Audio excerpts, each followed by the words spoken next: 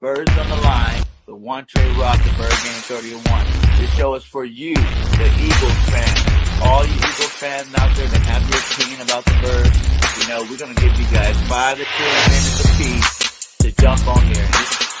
We gave Poobie one carry! One carry! One! Where was it? Nick Sirianni and Jonathan Gannon both did what they needed to do. I mean, you saw a struggling quarterback, you attacked him. You saw a struggling run defense, you attacked it, and you didn't shy away from it. This team they're not good. I'm kind of really scared of the Raiders team because I know they're going to do some, same old. I'm hoping they run the things a little bit more. Sirianni listened to us and ran the ball. I mean, Jalen didn't have a good, he didn't really have a good production day, but the running did all that before. Susan, Jordan Howard, came up from the practice squad. What is up? What is up? Welcome to another episode of Birds on the Line with Bird Game 31 and One Trey Rock. How you doing today, Trigger? Good, bro. It was good. Great day to talk about football, man. Let's get into it. Yeah, hey, sorry about the delay. Bird Game was having lots of technical difficulties with my microphone, so we had to push that back a little bit. But how's everybody doing? Hit that like, hit that subscribe on all channels. We are on Twitter, Facebook, One Trey Rock's Twitter, One Trey Rock's channel, BGN, and Bird Game 31. So make sure you go circle around, hit that like, and subscribe to all those that you have not subscribed to already. Now, this is Birds on the Line. This is not like our normal shows you see us on. This isn't, Birds of Broad Street. This isn't State of the Eagles. This is the call-in show for you, the fans, to get on here and tell us what you feel and how you feel about this year's Philadelphia Eagles team, man. So we always start the conversation off, with topics and whatnot, but make sure you guys click the link. It is in here, and I will drop it again right now just to make sure everybody has that link. But let's get into it, Trey, man. How you doing? We haven't really talked that much lately. We kind of everybody been working doing their thing, but man, how you feeling about this team, man? Tell me a little something about it. Oh man, I feel like, and with the football thing, a lot of things play in the. Factor in. You gotta go like chemistry. We got a few new players on the team, so they got to get that chemistry up to speed. But I don't think Nick Sirianni ever had a problem since he's been coaching this football team and bringing his team together. The chemistry thing. So I feel like we built a great culture. Gotta bring some of these young guys along, man, because this is gonna be a brutal season, man. We got some dogs on the schedule.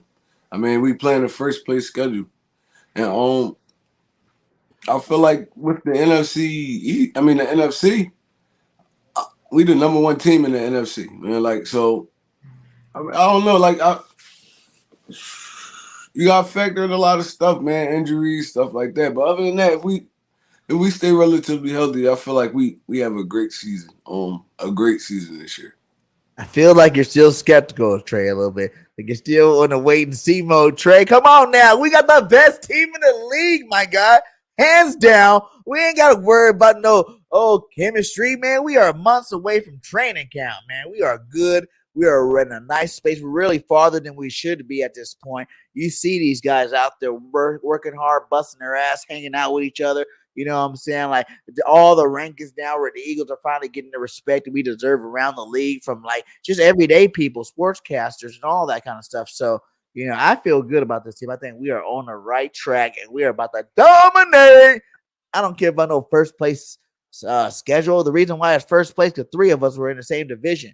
You know what I'm saying? So it's one of them things where I'm not really too worried. A lot of those teams aren't even the same anymore. We got our boy Cool Cat Connors in the building. Always the first to jump up in here. How you doing, Cat? It's always me that gotta come in here and save this show because nobody else want to pop in for my brothers. Dang. You always start off, Cat. You always start off. Of course I do. I always gotta come up in here, pop up, turn on the green lights and tell everybody what's going on because apparently no one knows the meaning of the word. It's a call-in show. Come support my brothers for crying out loud. Jeez. It's a call-in show. That means hit that link and call in. Let's talk some birds. Exactly. And speaking of birds, for those who living under a rock, and let me say it for the 10 millionth time, we got 2 new members of the Birds of Broad Street that's coming on Monday. King DV and Smitty Eagle. New logo, new intro, new everything. We're gonna talk some birds on Monday with these two, and of course have our welcome to Broad Street ceremony for King DV and Smitty, and just welcome them to the show now. So wanted to do it for them because it was the 3 of us with me, No Game, and King and Bird Game 31. Then we had the ladies' man himself, Trigger. Then we added Moan, and now we're just adding King DV and Smitty. So, welcome to Broad Street. Full, baby. We full. Yeah, we're full of people on Broad Street, and it's never going to stop. Yeah, what's up, brother? So, Cat, tell me that. I got a question for you, Cat. Yo. 2022 Bulldogs or the 2023 Bulldogs, which year players are going to make the biggest impact this year in 23? Man, I kind of figured you were asking me that. If I got to choose, N'Kobe and Nolan Smith been hanging out with Von Miller. If y'all haven't noticed, Von Miller has been helping out Nolan Smith. Jalen Carter, as long as he stays out of trouble, knock on wood, please stay out of trouble. Please. As long as he stays out of trouble, it's going to be a good year for Nolan Smith and Jalen Carter. So if I got to choose, because we barely saw N'Kobe Dean last year. We barely saw N'Kobe Dean last year. Let's be real. We only saw him a couple of times. He wasn't on the field with Jordan Davis because we had some other linebackers. This year, we get to have we get to have N'Kobe Dean, Jalen Carter, Nolan Smith, and all of them on the field at the same time. So if it's up to me, I would go ahead and choose this year. Oh, I like it. N'Kobe Dean wasn't on the field last year, and this is the first time we got Nolan Smith. Nolan Smith is hanging out with Von Miller. Jalen Carter somewhere, not getting in trouble and getting better. Jordan Davis looked like he bulked up a little bit. That's a lot, and we can't forget about Rango. So sooner or later, knock on wood for Slay and Bradbury, those two, one of them, you're gonna have to take their spot sooner or later. Yeah, I agree. The reason I say I agree though is a little different. Right. Pass rushers relatively translate to the NFL better than linebackers and stuff like that. Because you just rushing the passer. You've been doing that your whole life. Nothing different. Offensive lineman a little bit bigger, but it's still basically the same thing. And I feel like, in all honesty, Carter gonna be a better pass rusher than Jordan Davis. So I can agree with this year's class of Bulldogs being a little bit better than the last year class. Yeah, I can agree too because Jordan Davis. I believe Jordan Davis, we brought him in to stop the run. Jalen Carter is going to stop the run and sack the quarterback if he's on the field. So remember that. I like it because I get to be the controversial one. I like this one because I'm saying 2023 Bulldogs will be the leaders and have the biggest impact on this team this year. And one being N'Kobe Dean is about to get his chance. Both of these two cats, you know what I'm saying? Both of these two cats were redshirted last year. Let's be real about it. Both of them were redshirted. We didn't really need them. They didn't really need to do anything special. We had guys out there doing something special, and they both got the feeling of going all the way to a Super Bowl in your rookie year, not being the guy. Now, both of these guys have high expectations. You heard Jordan Davis talk about the expectations and how he's going to go out there, really reach those expectations. And if you really think about it, Jordan Davis last year when we drafted him, we talked about how much of a freak of nature he was, how he's just so much bigger than everybody. When he was standing next to Fletcher Cox, he made Fletcher Cox look like a little boy. And we've seen what Fletcher done over the years. You know what I'm saying? So I really feel like Jordan Davis is going to be our lead DT this year. Everybody keeps going Jalen Carter. Everybody say Fletch had a good year. But I think Jordan Davis understands what he has to do, and he had a full year in a system to understand what he needs to be done to be that dominant player this year. And I really feel like Jordan Davis will get the sacks. Everybody's like he's just a run stopper. Yeah, he was when he's 360 out of shape. You've seen him come back to camp in shape, ready, and fully understanding what he has to do to be dominated. Now, he will get double teamed again this year. He will get triple teamed because of his size. He's still, even him slimmed down, is what, 340 now? He's still one of the biggest human beings on the football field, no matter what. So he's going to get that attention. And if he adds to those skills, the things that made him so great in college was we talk about his athleticism.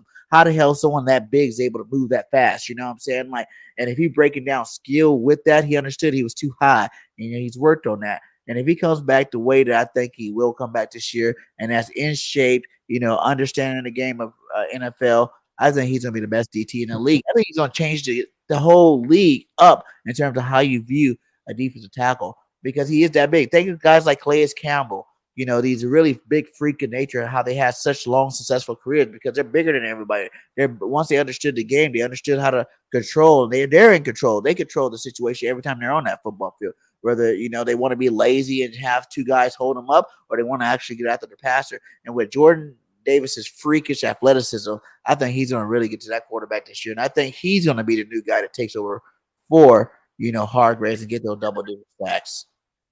Put in the work and let's see. Put in the work. It starts in July 25th, training camp. I need to, because I'm gonna be watching training camp more than anybody, especially since the fact that I'm going to open practice at the link. I got my ticket for that, so y'all can catch me with the 4th and John Crow. I'll be there. King DV will be there. A lot of people will be there. I know these two will be there. I need to see Jordan Davis in the practice field. I need to see it. I agree with BG, right? Right. I feel like Jordan Davis is going to be a better player this year, just because I believe it too. He's going to have to be a better player this year. But the things we talking about and the flaws that Jordan Davis had, Jalen Carter is coming into the league with that, bro. So right. Yeah. It's different. It's different. Like Jalen Carter, you don't got to teach this dude how to rush the passer. You don't got to teach him how to stop the run. You don't got to teach him run fit, gap fits. You don't got to teach him none of that. You just got to polish his skills a little bit. So I feel like even coming in, Carter is going to get more snaps than Jordan Davis. Jordan Davis probably going to make the most of what he gets, but I don't think he's going to be a starting defensive tackle for us this year. It's going to be Fletcher Cox on one side, Jalen Carter on the other side, Jordan Davis in there. Yep. I think Jalen's going to be – look at this, guys. Look at this. Who looks more dominating out of the two? Looks can be deceiving, though. Who looks more dominant? Who was known to be the fastest guy? Jalen Carter didn't come in here breaking no combine records, or people looking at him like, "Oh, your combine numbers are legit." Like he actually sucked in the combine. I'm not hating on Jalen Carter. I think he's going to be a beast for a football team, and I think eventually those are going to be the two starters. I think it's going to be Fletcher Cox to take the back seat and rotates in with these two guys starting. But I do believe that Jordan Davis is just as fast as Jalen Carter. He's just as athletic as Jalen Carter, and putting it all together, he's more experienced in the NFL game than Jalen Carter. He's going to produce at a higher level than Jalen Carter this year. Like I love Jalen Carter. I'm glad we got him on our football team. At the end of the day, I love Jordan Davis too, and I think that since he was redshirted, if we thrusted him in, and we needed him so much last year, and he was just struggling as a rookie, that'd be one thing. Once he got hurt, I thought he played pretty decent for, a rookie in the beginning, being overweight and whatnot.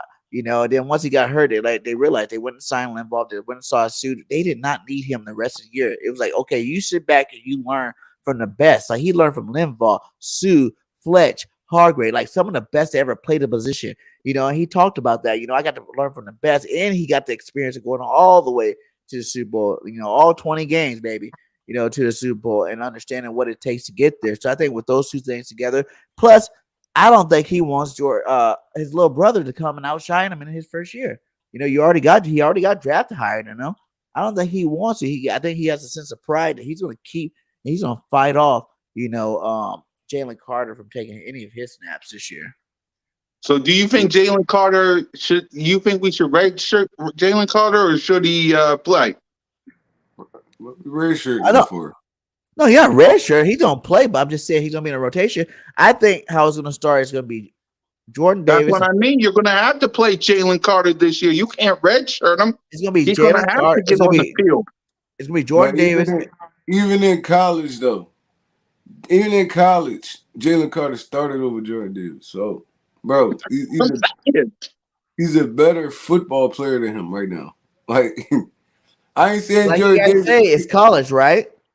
We're in the pros now. It's different. Saying, though, like, You know, even they say he was the most dominant. Like I said, they say he was the most dominating defensive player in the draft last year. One of the most dominating defensive player to come out. Prove it. But all I'm saying is you're gonna be proving that over, you're gonna be proving that over Fletcher Cox. It's not gonna be Jordan Davis losing his spot. bro, look at Jordan Davis, and we're gonna keep it 100. Look at his scouting report, bro. It said none of that. He's good in spurts. He showed that he's good in spurts. But he's not reliable right now. In college, he weighed 360, 370 pounds, Trey. Of course, they didn't need him, but he wasn't like when you go to these big SEC schools, you don't need to be the best player. There's so many of the best players. Think of how many people got drafted for Georgia the last 2 years from the best defense ever, you know what I'm saying, college history over the last 2 years. How many players got drafted to other teams? You know what I'm saying? Like, you got a role to play. And yes, they even admitted his role was to plug up the hole. You know, get double team, get triple team. He said he enjoyed getting double and triple team because he knew his boys were open to go do shit. You know what I'm saying? So he knew what he has to do, but he understands on this Eagles team, though, he's gonna have to produce a little bit higher level. You're replacing a guy like, you know, Javon Hargrave. You're gonna have to put some Javon Hargrave type numbers up. You're gonna put some more numbers up, and that's what the expectation that he talked about. And I think he understands where he got to live up to. And I think he can. Like, you can't say, even when he was that lazy 360-pound guy, he was still a freak of nature. You know, like people are still like, how's he moving that fast? How's he so athletic? How's he so big? He's monstrous. So even at that lazy stage of that report, you know, if you want to talk about college reports, talk about, you know, our boy Jalen Carter's report. He was trash at his pro day. Super trash. Overweight. Yeah, he had things going on. How many players in the NFL had bad pro days and they turned out to be great pros? A lot of them. That all that numbers and t-shirt warriors, that don't mean nothing. Once you put them pads on, that's what matters. And this dude a baller when that whistle blow. Jordan Davis, like I said, we got it right now to really argue about stuff like this. But any team will want this kind of problem. It's like, so we just picking cherries right now. But we're picking favorite players right now. That's all we can do. Really? Yeah. There's a lot of arguments that we can have, like you said. Many teams would like either one of the players, and that's true. And I'm not, you know, I see that in the chat. Just be happy you got both of them, because everybody and their mama would really love Jordan Davis and Kobe Dean. They would really love Jalen Carter or Nolan Smith or Ringo. They would really love what you have. So be grateful. Oh, I'm grateful, man. I am so grateful. And like I said, like, it's not really, you know, what else are we going to talk about here? We already know our team's the most dominating team in football. Now, the only thing we can do is argue about who's going to start or not. You know, when you got that luxury of having so much talent on your roster where you're sitting here wondering who's going to start. Is it going to be the rookie or is it going to be the second-year player? You know, we can do this for like 5 different positions, and we're probably going to be doing that throughout the show. But, you know, in a lot of different positions. Hell, we can even do about the receiver position. Who's the better receiver? Devontae Smith or AJ Brown? You know, it's great problems to have. Mm-hmm. Yeah, it's a great problem to have. Even with the Nolan Smith thing, it's like we basically got Hassan Reddick on the other side of the field. It's like, bro, like, so it's like we got great problems to have. We could argue about anything. For real. Yep. Who's your favorite player? That's what we do in the offseason. Let's talk about that, though. That's what we do in the offseason. Let's talk about that. Now, out of the 23 guys, who do you think will have the biggest impact out of those 3 guys? Out of the Jalen Carter, Nolan Smith, and Ringo. I still think it's going to be Carter. He's going to dominate.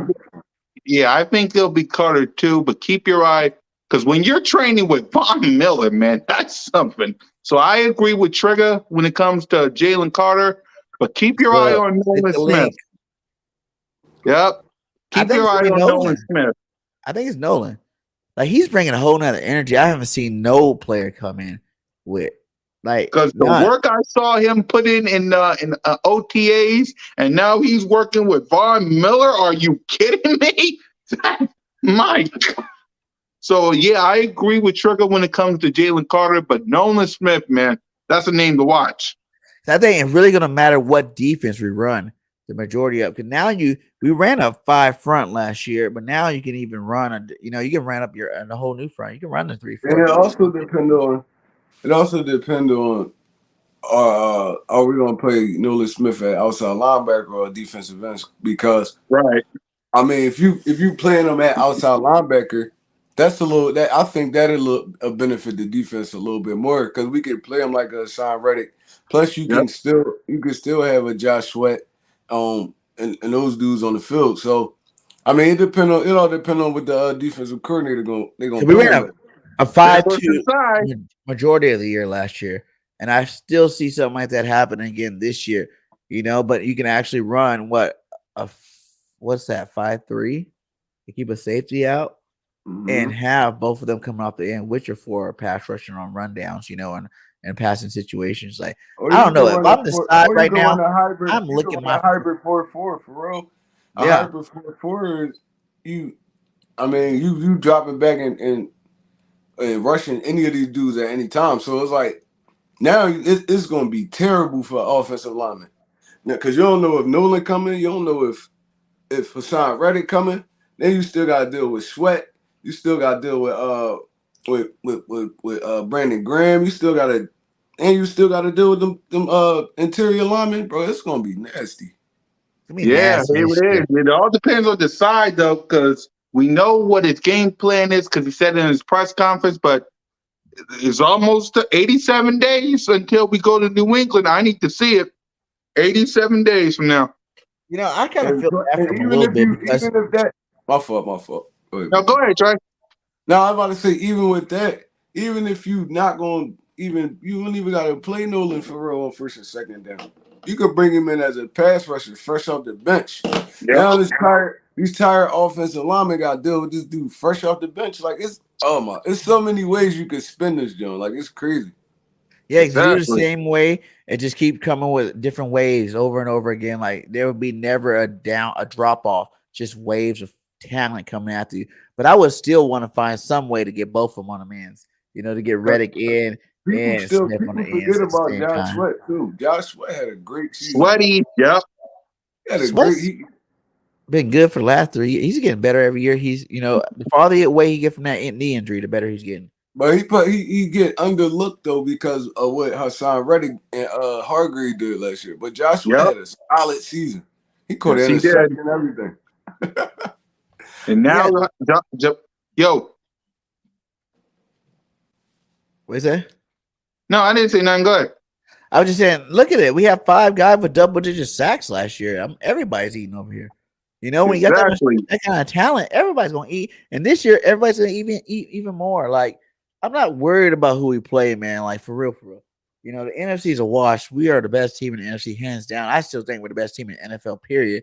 I don't care about the Chiefs. I don't care about none of those guys. Like I think, and it's time for Andy Reid to take that L. He's about to take 2 of them this year if we make it back to the Super Bowl.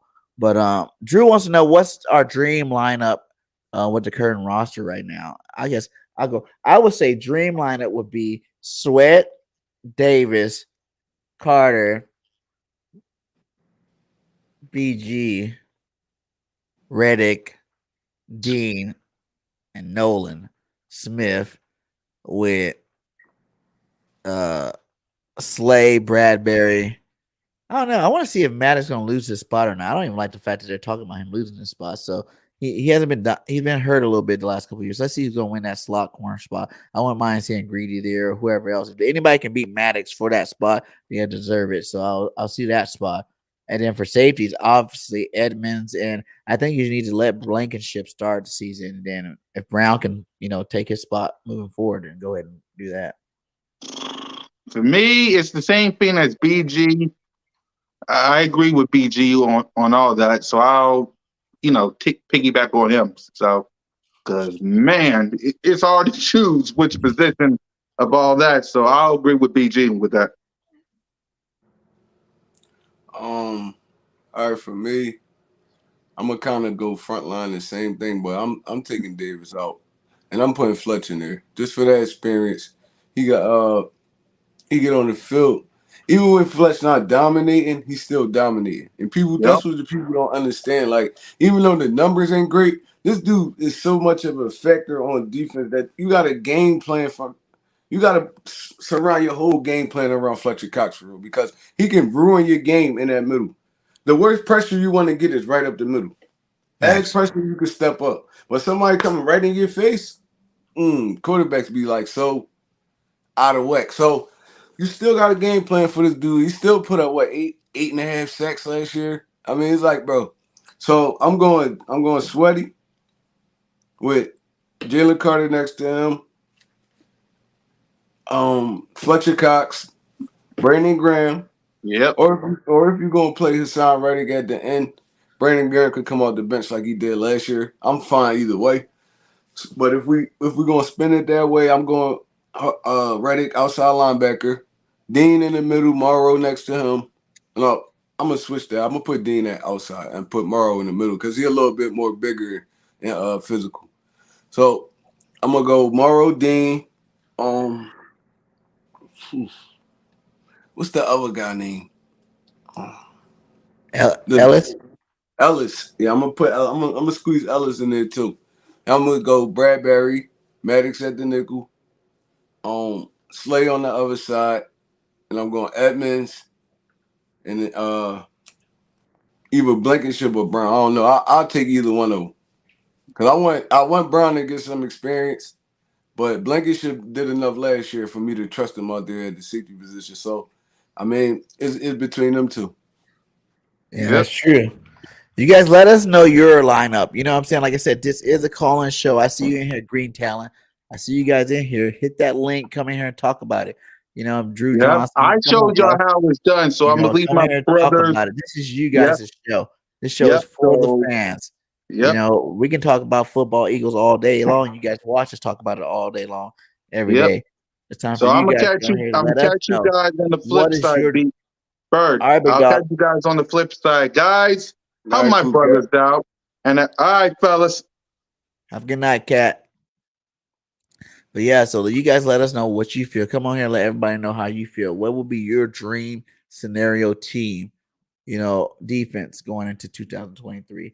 Either way it works, you know what I'm saying? Like it all works. You know, we got good players. When you got good players, you know, it doesn't matter who's really starting, who's not. They're all gonna play. You know, you're gonna see all these guys on the football field. It's like which one's gonna step up and actually make the biggest impact. You know, that's gonna be the real key. Bro, You know? imagine trying to game plan for the Philadelphia Eagles Who you defensive gonna line. start? Who you trying to attack? Who are you gonna really double team? It's like you gonna double team. You gonna double team Fletcher Cox. You double team Fletcher Cox. You got Carter 1-on-1. You double team Carter. You got Fletch 1-on-1. You try to get in there double team both of them. Now in 1-on-1, you really got no chip guys with Hassan Reddick or Josh Sweat. And then Nolan coming off the bench on like a third and pass, like a passing down, bro.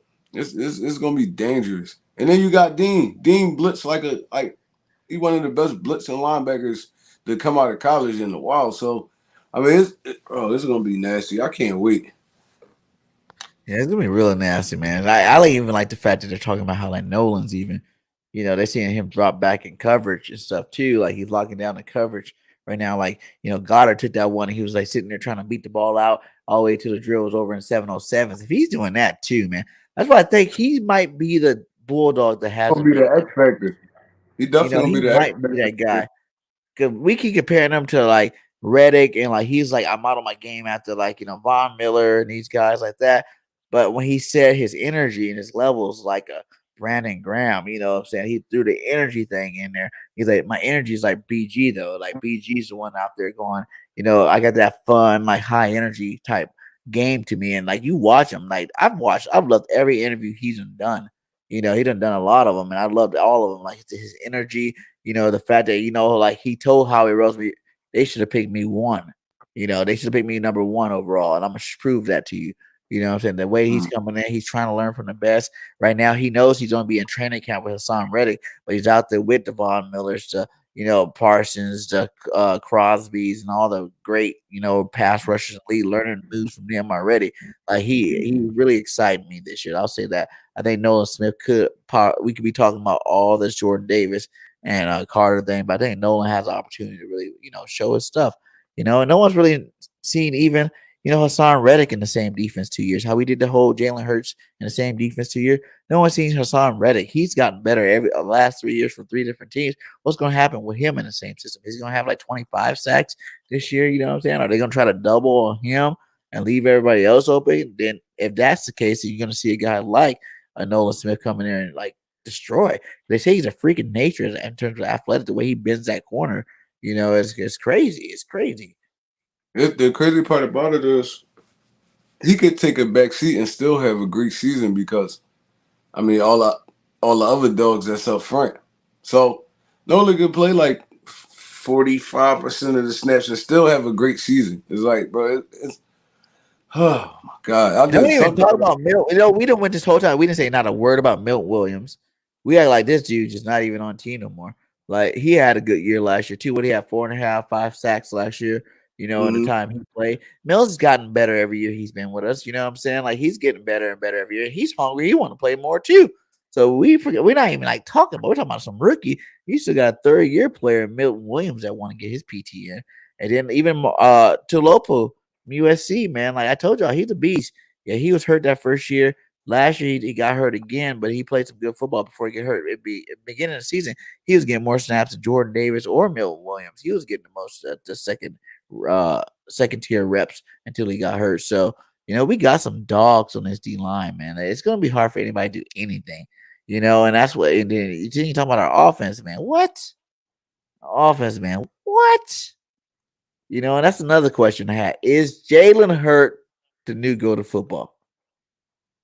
Going into this year, we're not going career status. Obviously, Aaron Rodgers, Brady's just retired. Like those are GOATs. They already stamped their names as GOAT. Even Patty, I would say he's already stamped his name as a GOAT. But is Jalen Hurts the new GOAT of football? I gotta see him do it another year. Trey went with another year again. I gotta see him do it another year, man. Really? It's like, I gotta see him do it another year.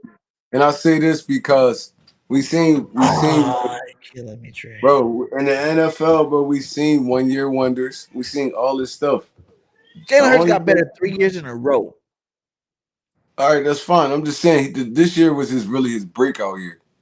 It was his breakout year. And we seen dudes have breakout years. But like I said, I gotta see him do it another year consistently. Like not take a dip or nothing like that. Just like get better. Like so I can't call him one of the GOATs right now, man. It's like too early, needs 3-4 years to be elite. What? This is his 4th year. And he's gotten better 3 years in a row. Pro Bowls 2 of the last years. MVP 2nd place last year. 2nd team All-Pro last year. 14-1 record last year. Number 1 in the pocket passer in the game last year. One of the best rushing quarterbacks in the game last year. So what are we really talking about with Jalen Hurts? Like, I don't know. I'm really bugged out about people saying they need to see anything else more. All we saying is we gotta see him do it another year, bro. Like, I mean, you don't think he's going to? With the talent around him? That's the biggest part about his progress is the talent. Look who he got around him. We ain't called Pat Mahomes a GOAT after his first season. We like, all right, yeah, this dude, he gonna be a little special. And then after that 2nd year, he did it again. This dude, he different. That's what I'm saying. You got to see it another year first. I know they're rushing records, but they were still big play records made that no other quarterback's ever done. Even if you look at his first 2 years starting, his like overall winning percentage, his overall turnover percentage is like some of the best ever. So I don't know, man. I just think you can't just go off one season though. That's all I'm saying. Like you can't just go off one season. dude had a great season last year. Can't go everyone. LOL. The future is bright. He's on his way. I get it. I get it. I get it. You know, you guys were scared to say he was the truth last year. I told you guys he was We true. said he was the truth last year. We just Everybody said we last year. I got need to him see it do it again. Isn't that the biggest argument, though? Isn't that the biggest argument last year we had on this show and on all the other shows we did? The biggest argument is we got to see it again, right? Wasn't that the biggest argument last offseason? We need to see it again. Not only did we see it again, but he went way past what anybody even thought he was going to do last year. But No, nobody we said said he see had it to see again. it It's like again last be year. consistent, be good. We didn't say be runner up in MVP, and if you're out if you're not out those 2 games at the end of the season, you're MVP. We didn't say only lose 1 football game the whole season you started. We didn't say none of that. And he did that, and we still sitting here again talking about we gotta see what Jalen's about. No, we saying this, but bro, we talking about the question you just asked. Nobody saying Jalen not He's great. the go in football right now. The number 1 quarterback to step on a football field is Jalen freaking Hurts. This going into this year. That's what I'm saying. Oh my god, Number 1. stop it, BG. Is my top 10 list still on here? Maybe you guys didn't see it. Let me see if it's still. I think I might have deleted it. But you guys see my top 10 list. Jalen Hurts, number 1. Patty Mahomes, number 2. I got him. I got Hurts at 3. My list. I had Pat and Joe Burrow in front of him. And Hurts number 3. That's still 3. Still good though. It's not like I'm saying He's great. 7 or something like that. I'm not hating on 3, but I'm just saying he's the best. Like the stuff that he does, the other 2 that you got ahead of him don't do. Can't do. What, a run? It's not even possible for them to do, to be honest. Running football? Burrow and Pat run the football. They don't run it like Jalen, but they don't run like Jalen. Like he Yeah. is literally like one of the best running backs in the league and one of the best quarterbacks. And he doesn't turn over the ball like Patty Mahomes and Josh Allen and Burrows and all those guys. They throw the ball a lot more, yes, because that's Andy Reid's system. But he's more proficient than those guys. He don't turn over the ball like those guys. I don't think Hurts He better had than 2,000-yard receivers last year. So obviously he's still throwing a rock pretty well. He had a better Super Bowl if you want to go there. You know? I mean, we could compare the last 2 years if y'all want to do stats. I don't think Hurts better than Burrow. Like when it comes to purely passing the football and stuff like that, I don't think he's better than Burrow. Leadership, winning. Both years he started, he's been in the playoffs. First round, and then what? Super Bowl. The last two, Burrow been to the Super Bowl and he been to the conference finals. So it's like, Did he go to conference last year? Yeah, Was it, they went was to it conference. The Chiefs beat them in the conference finals last year. Well, and I'm not, and like the Chiefs, you gotta get the edge too in terms of Patty Mahomes. Like you gotta look at that. Like he has the best coach in football. Andy Reid's the best coach in football. We know that. He was our best coach in football when he was with us. We were, that's what made us go to 5 straight national NFC championships in the Super Bowl because he's the best coach in football then. And he's even way more the best coach now.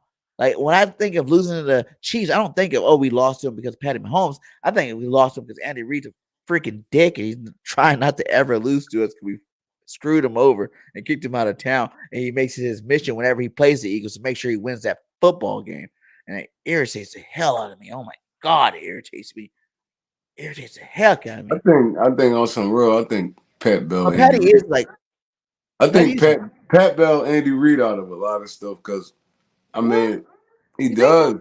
If you look at it over the years, even when Andy Reid was with the Eagles, what was he bad at? He was bad with time management.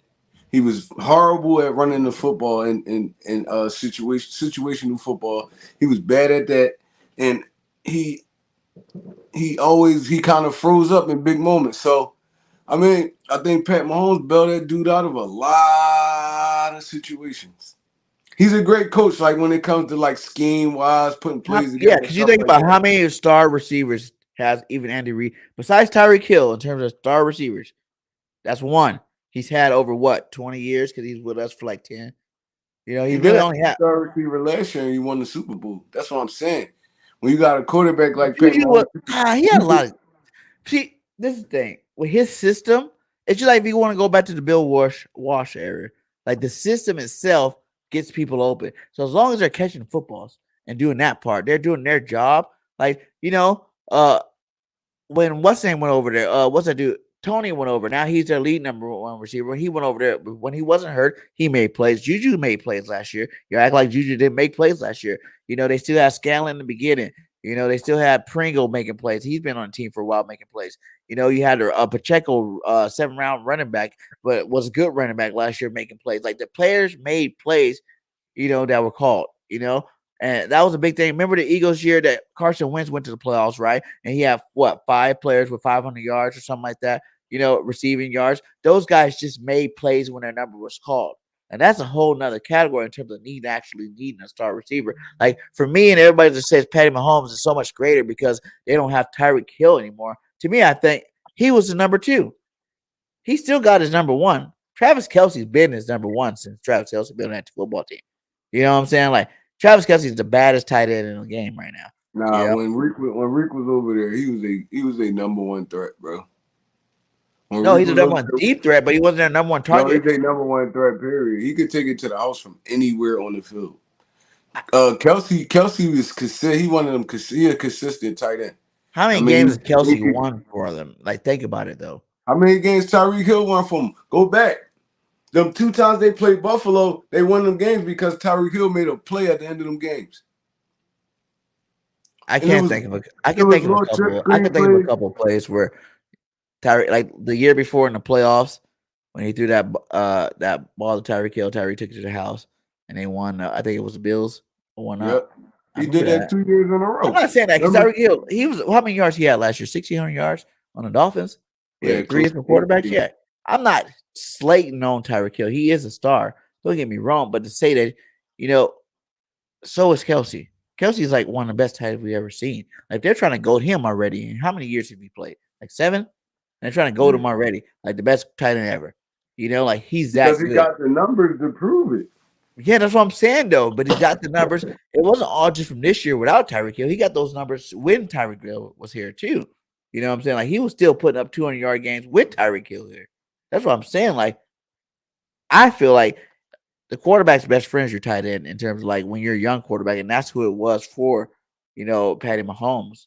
But Patty Mahomes, like I said, he is the best backyard football quarterback I've ever seen in my life.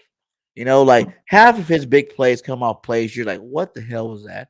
And I actually be sitting there at the TV like, what the hell is that? Like, who throws that? Who can throw it backwards like that and still, you know, get a completion? Who can not even be looking at the people and throw the football and be getting completion? And that's what he does. And I give him respect for that. You make your best all schedule plays in like NFL history. But in terms of freaking actually impacting the game both ways, I think Jalen impacts the game on offense way more than Patty Mahomes. No one worried about Patty running the football ever. And that is a bit of like now if Jalen wasn't so consistent, and that's the difference between Jalen and the rest of these, you know, running quarterbacks. If Jalen wasn't so consistent, you know, would not turn over the football and his completion rate and number 1 inside the pocket. Like if he wasn't so consistent with the throwing, I would say like if he was more like a early Vic type thing numbers, I was like, okay, yeah, you know, he just got consistent with throwing this year. That's why that's the main reason why we're saying we can't go to him. Because he just got consistent with the throwing thing this year. Last year he was horrible when it came to like accuracy. Really? Was he horrible? Or were people dropping the football? He was horrible, bro. Come on, we ain't gonna trip. Like he was horrible at he only seen one side of the field. He was I don't know. I never agree with that one side of the field thing. Those were play calls to that side of the field. Like he was running. But they were playing to his strength. That's why I play call. It was playing to his strength. He was only seeing one side of the field. So what you do as a coach, I ain't gonna say he was horrible, Drew, but he wasn't as polished as he was this year. Jalen Hurts was like a whole different person out of the pocket this year than he did last year. A whole different quarterback. I think that's more because it was just the same system. He wasn't learning something new. He actually got to, you know, take that next step in the system. and Nick believed in him toward the end of the season. Like the beginning of the season, Nick didn't even believe in him as much the first year. You know what I'm saying? Like it took to that second half of the season where he started believing him. And even last year, it seemed like he was trying to go back to that, revert back to his old ways and not really believing him, but then he stepped it up and started believing in him more. I don't know, like I think that's more of a coaching thing. I don't think I would even say that would be a Jalen Hurts thing. Like he only can call the plays that are called. Like in terms of doing the things that matter as a quarterback. How are you going to talk about a guy that's number one in passing in terms of inside the pocket? Number one. Like he's not number two, number Where do you five. see that stat at, bro?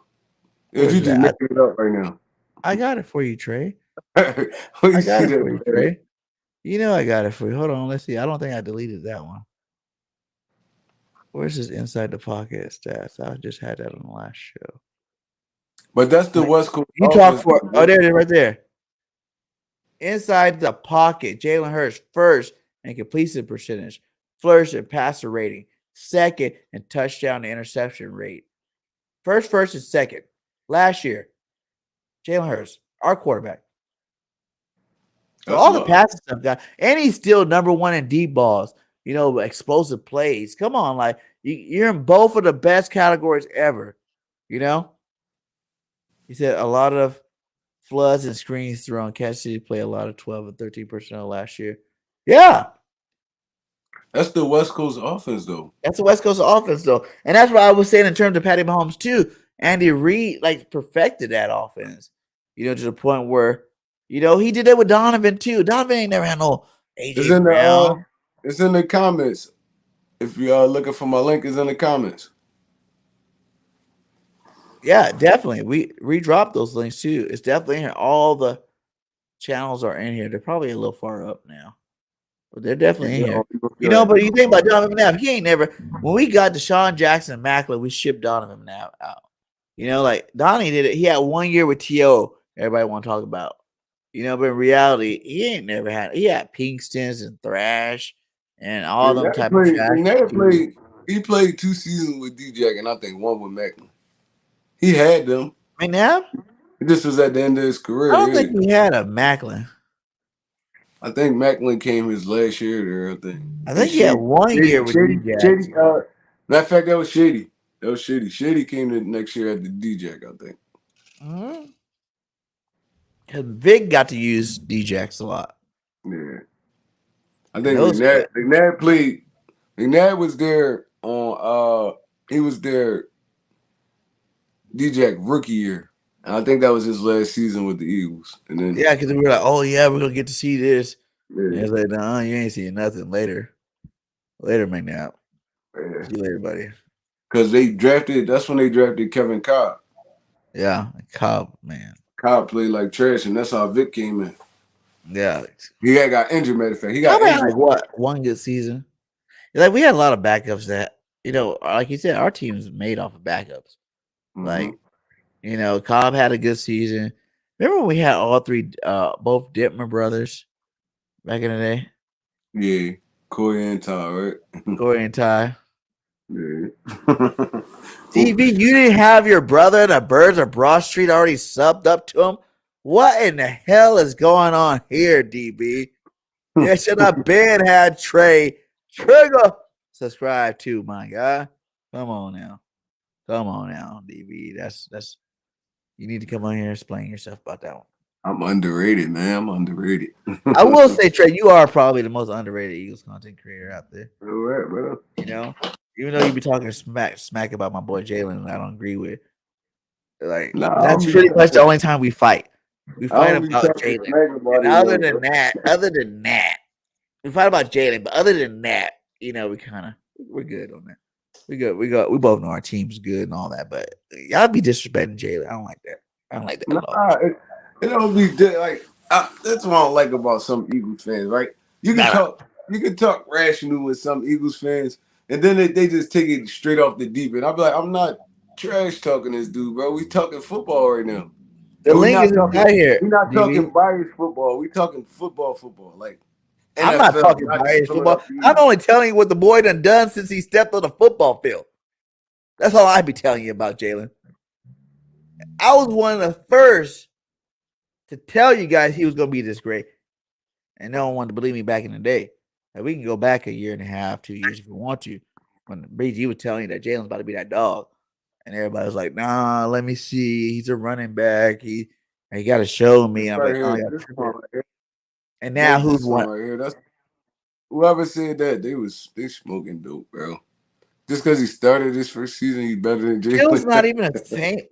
To be honest, like, and that's the real reason. Like, if you guys really want to know, to be honest, that's the reason why I don't think anybody, is understanding what I'm talking about Jalen, because I think there's no one you can compare him to. Like, you can compare his running to certain people. You can even compare his passing to certain people. Even say some people might be even better passing. You know about Patty Mahomes to throw the ball 60 times a game, 50. That's what Andy Reid does. He throws the ball 50, 60 times a game. That's what he does. Like these quarterbacks that throw the ball like all game long. Of course, they're gonna have 4,000 or 5,000 yards passing. Jalen doesn't need to throw the ball that much because you got to worry about him running the football. Like, people don't take that difference and weigh it into factor. And that's the reason why people say without the 2 games, Jalen could have won MVP. Is because he also ain't throwing that much because we blowing people out here for the time. Like, and we run the football. We're the best number 1 running team in the league too. Like, we gotta do what works. We're a pick your poison type team. You want to try to stop our run, we'll pass all in your head. You want to try to stop our pass, we'll run all over you.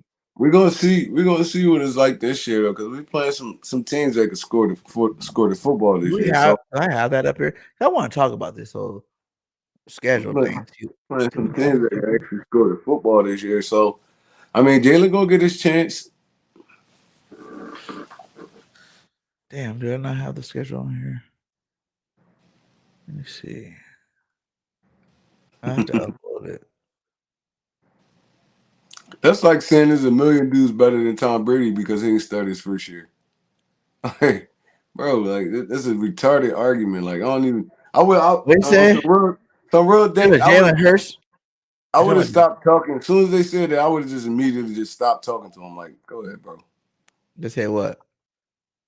They said Fields is better than Hurts because he started his rookie season. Bro, you know how many quarterback Aaron Rodgers didn't start his rookie season? But that is true. Wasn't Travinsky his first year too? Phil's rookie year. Trubisky was gone, I think. Carson was for Jalen that first year. No, I think Trubisky was gone. I don't even think they're the same type of quarterback. Trubisky was in Buffalo when and a lot of people, I hear a lot of people saying it now. Oh, what are you gonna do now? Because Jalen, Fields has the gear on his belt. He actually has weapons, man. I don't know. I've never was that huge of a Fields fan. Like, I'm not saying he sucks or nothing, but I just don't feel like I just personally, and like you guys can say what you guys want to say about it, but I'm not even like a biased thing because he's on the Eagles.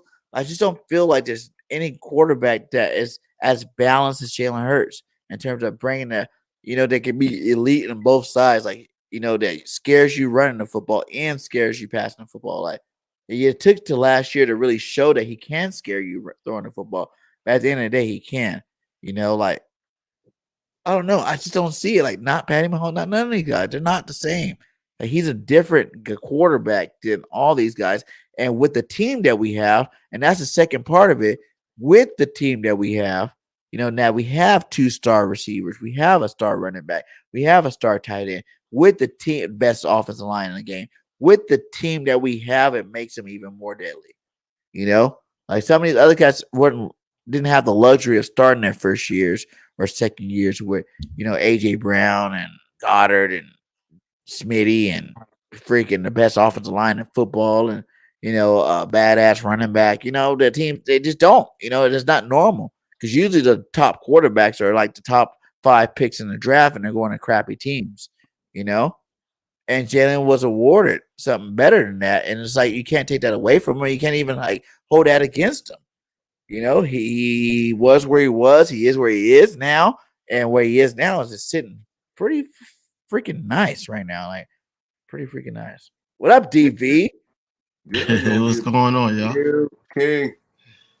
What's good, bro? What's going on? What's the conversation now, man? I'm always We're barking no, about we're Jalen going Hurts right today. back to that conversation we had on Birds Report Street on Monday about Jalen Hurts. We did bring this up to Mark Farzi. Basically, he was just saying that he doesn't have to show us anything else, but could he do it again? I think everybody's saying the same thing.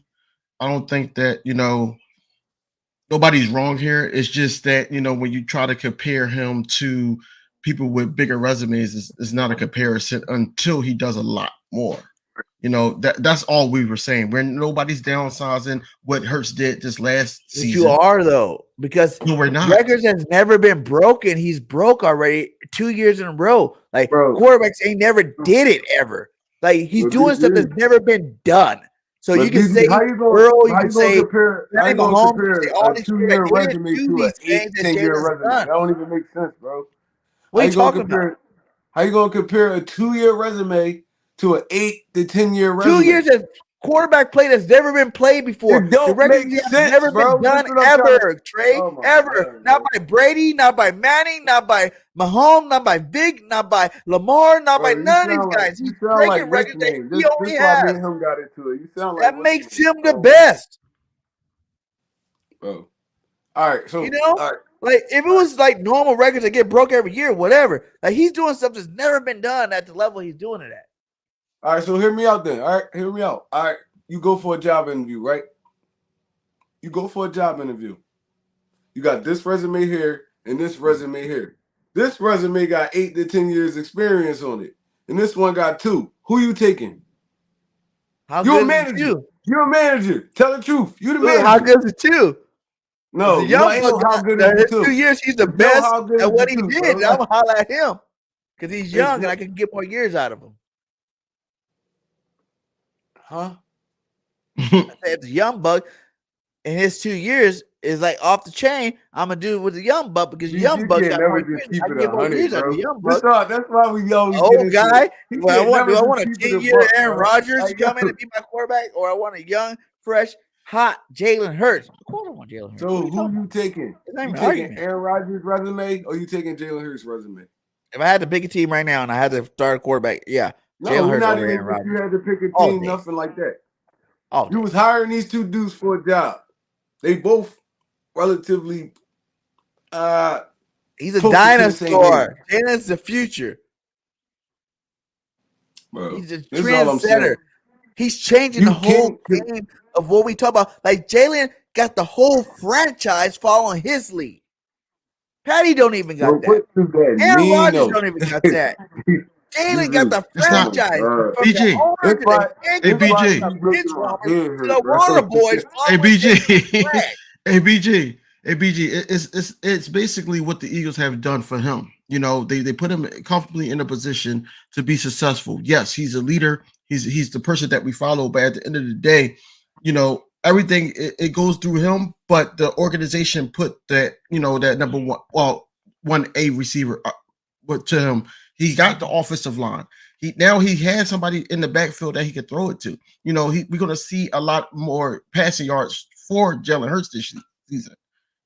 We already know what he can do with his legs. My thing. But we're not even talking about playing on the field, like actually playing on the field. We're talking about a list. We're talking about a list. If it was Aaron Rodgers and Jalen, and I'm picking right now, I'm picking Jalen because he's younger. He got more room to grow. We've seen the best of Aaron Rodgers already. He about to retire. We talking about a list right now. So Aaron Rodgers' resume compared to Jalen Hurts is not even close, bro. A resume. What are we talking about before? He got a Super Bowl under his belt. For how many years he's been playing already? Well, we trying to tell you about the argument we was talking about on Birds of Broad Street. We're not talking about that. I wasn't on that argument. So yeah, see, and it's not a fair. From now on, I'm not talking about what they've done for me. It's what you've done for me lately. And now, lately, if we're going year to year, if you're going that way, then now we're talking. That's exactly what we were talking about, right, DV?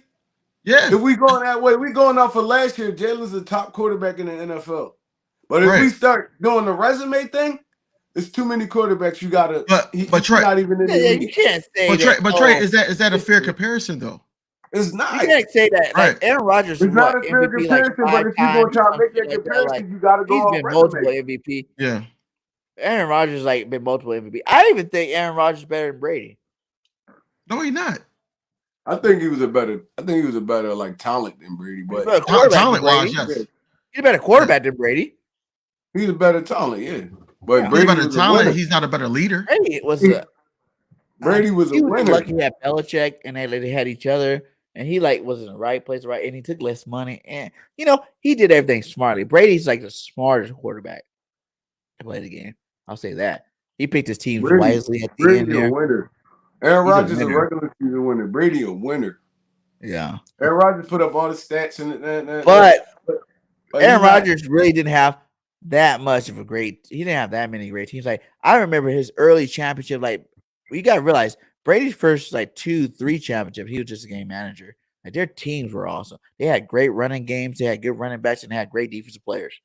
You know what I'm saying? And then they had a great coach in Belichick to help win those games. And they cheated too. All right, So but you can't fault you can Brady. throw all that in Brady. That's why I don't give him the number one. I think Peyton Manning is a better quarterback than Brady. Yeah, I think he was too. But Yeah. none of them won as much as Tom Brady, so that's all that matters. When That's you true. go back and you in history, nobody's gonna, oh, he was like this, that, no. They're gonna say, damn, Brady got all these rings, he got all these wins, he got all these records. That's what they're gonna look at. In history, like for instance, in my opinion, Chris Johnson was one of the best running backs to ever touch the football field.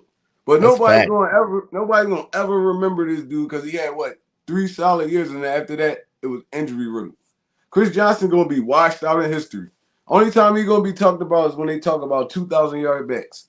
That's a fact, straight up. Because I forgot about Chris Johnson for a little bit too. Mm-hmm. See, Chris Johnson was a beast. Like he did. he was a monster. He had a 3-year stretch like nobody else ever had in the NFL. But even like if you think about running backs, if you want to talk about running backs, you think about Adrian Peterson. He's still playing. You know what I'm saying? Like AP done did it for a long time. He was like one of the best dominant. But for me, Barry Sanders is still the best running back ever to even touch the football field. Like I don't even think it's even close. So what I we going off though? I hate What the we people that going say off Emmitt though? Smith because he had the rushing record, but he played like 6 more years than Barry. So it's like, of course you're But gonna get that's the not rushing record. Emmitt Smith's fault though. That's Barry's It's fault. not. Yeah. He could have came back any year he wanted to and broke that record. He just did out of But he respect. didn't though. Respect his call. He made that call. I don't need See, to play. Barry gonna always he always They screwed Barry. Barry wanted to go to a team and win a championship, and they were like, "No, we're not letting you go." Period. They did the same thing to Calvin Johnson. They were not one released on their contract and they retired. So you think Emmitt They Smith's put better than Barry? No, I ain't saying he's better than Barry, but that's what they're gonna see in history. We actually seen these dudes play and stuff like that. Now, 10 years down the line and all that, when we sit back, we talking to our grandkids about, oh, Barry Sparrow was the greatest player in the NFL. Bro, they not gonna know that. They gonna know the new dudes and they gonna know probably the past dudes. But They say, "What are you they talking not- about? Derrick Henry's the best running back of all time." Yeah, Derrick Henry the best running back of all time. They ain't gonna remember like Shady. They ain't gonna remember all these dudes. Even like good running backs like Jamal Anderson, like Corey Dillon. They're not gonna remember none of those types. They're not gonna remember none of them. It's like they're not gonna remember Fred Teller. People don't talk about them. People now don't even remember Fred Teller. Fred Teller was an animal. He was an animal, bro. He had 10 straight 1,000-yard seasons.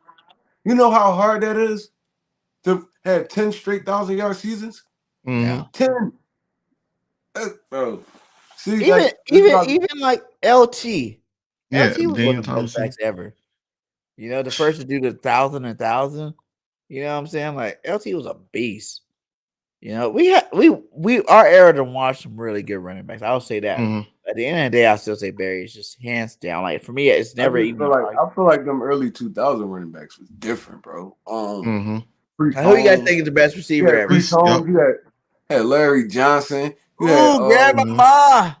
Yeah, bro. The early 2000 running backs was different. That was back in the day when we didn't really have good running backs, and I was just always be hating it. I was like, remember Christian Okoye? Christian Okoye, the Nigerian fucking freak. Like that dude used to run people over. To me, too, like if Bo Jackson played another year or two, he would be the best running back ever. Not even Bo Jackson. People ain't gonna remember For real Marcus though, Allen. Bo. Because Marcus Yeah, Allen was doing he was doing teams I dirty think Bo before was better Bo than Marcus. even touched Like the Marcus had a NFL better field. career, but I think Bo was better than Marcus Allen. If he didn't get those hip, Yeah, Brian West. Nobody who gonna remember Brian Westbrook besides Eagles fans. Right. Brian Westbrook was doing the league dirty for like a 6-year stretch. Mm-hmm. Passing the ball, catching the ball. Frank catching Gore. the ball, rushing the ball, special teams. Brian Westbrook was different, but he gonna get washed away in history because he didn't do nothing special enough for people to remember. And it's crazy, bro. Michael Turner was good That's too. why dudes like us around. Because for all the younger dudes that's watching this, they probably ain't even hear some of these names. The younger dudes that's watching this Mike podcast. Allstat was a beast. Mike Allstat was a monster. Warwick Dunn. was a Y'all remember beast. Warwick Dunn? Yup, Warwick Dunn was. Warwick Dunn was a beast. Clinton For sure. Portis.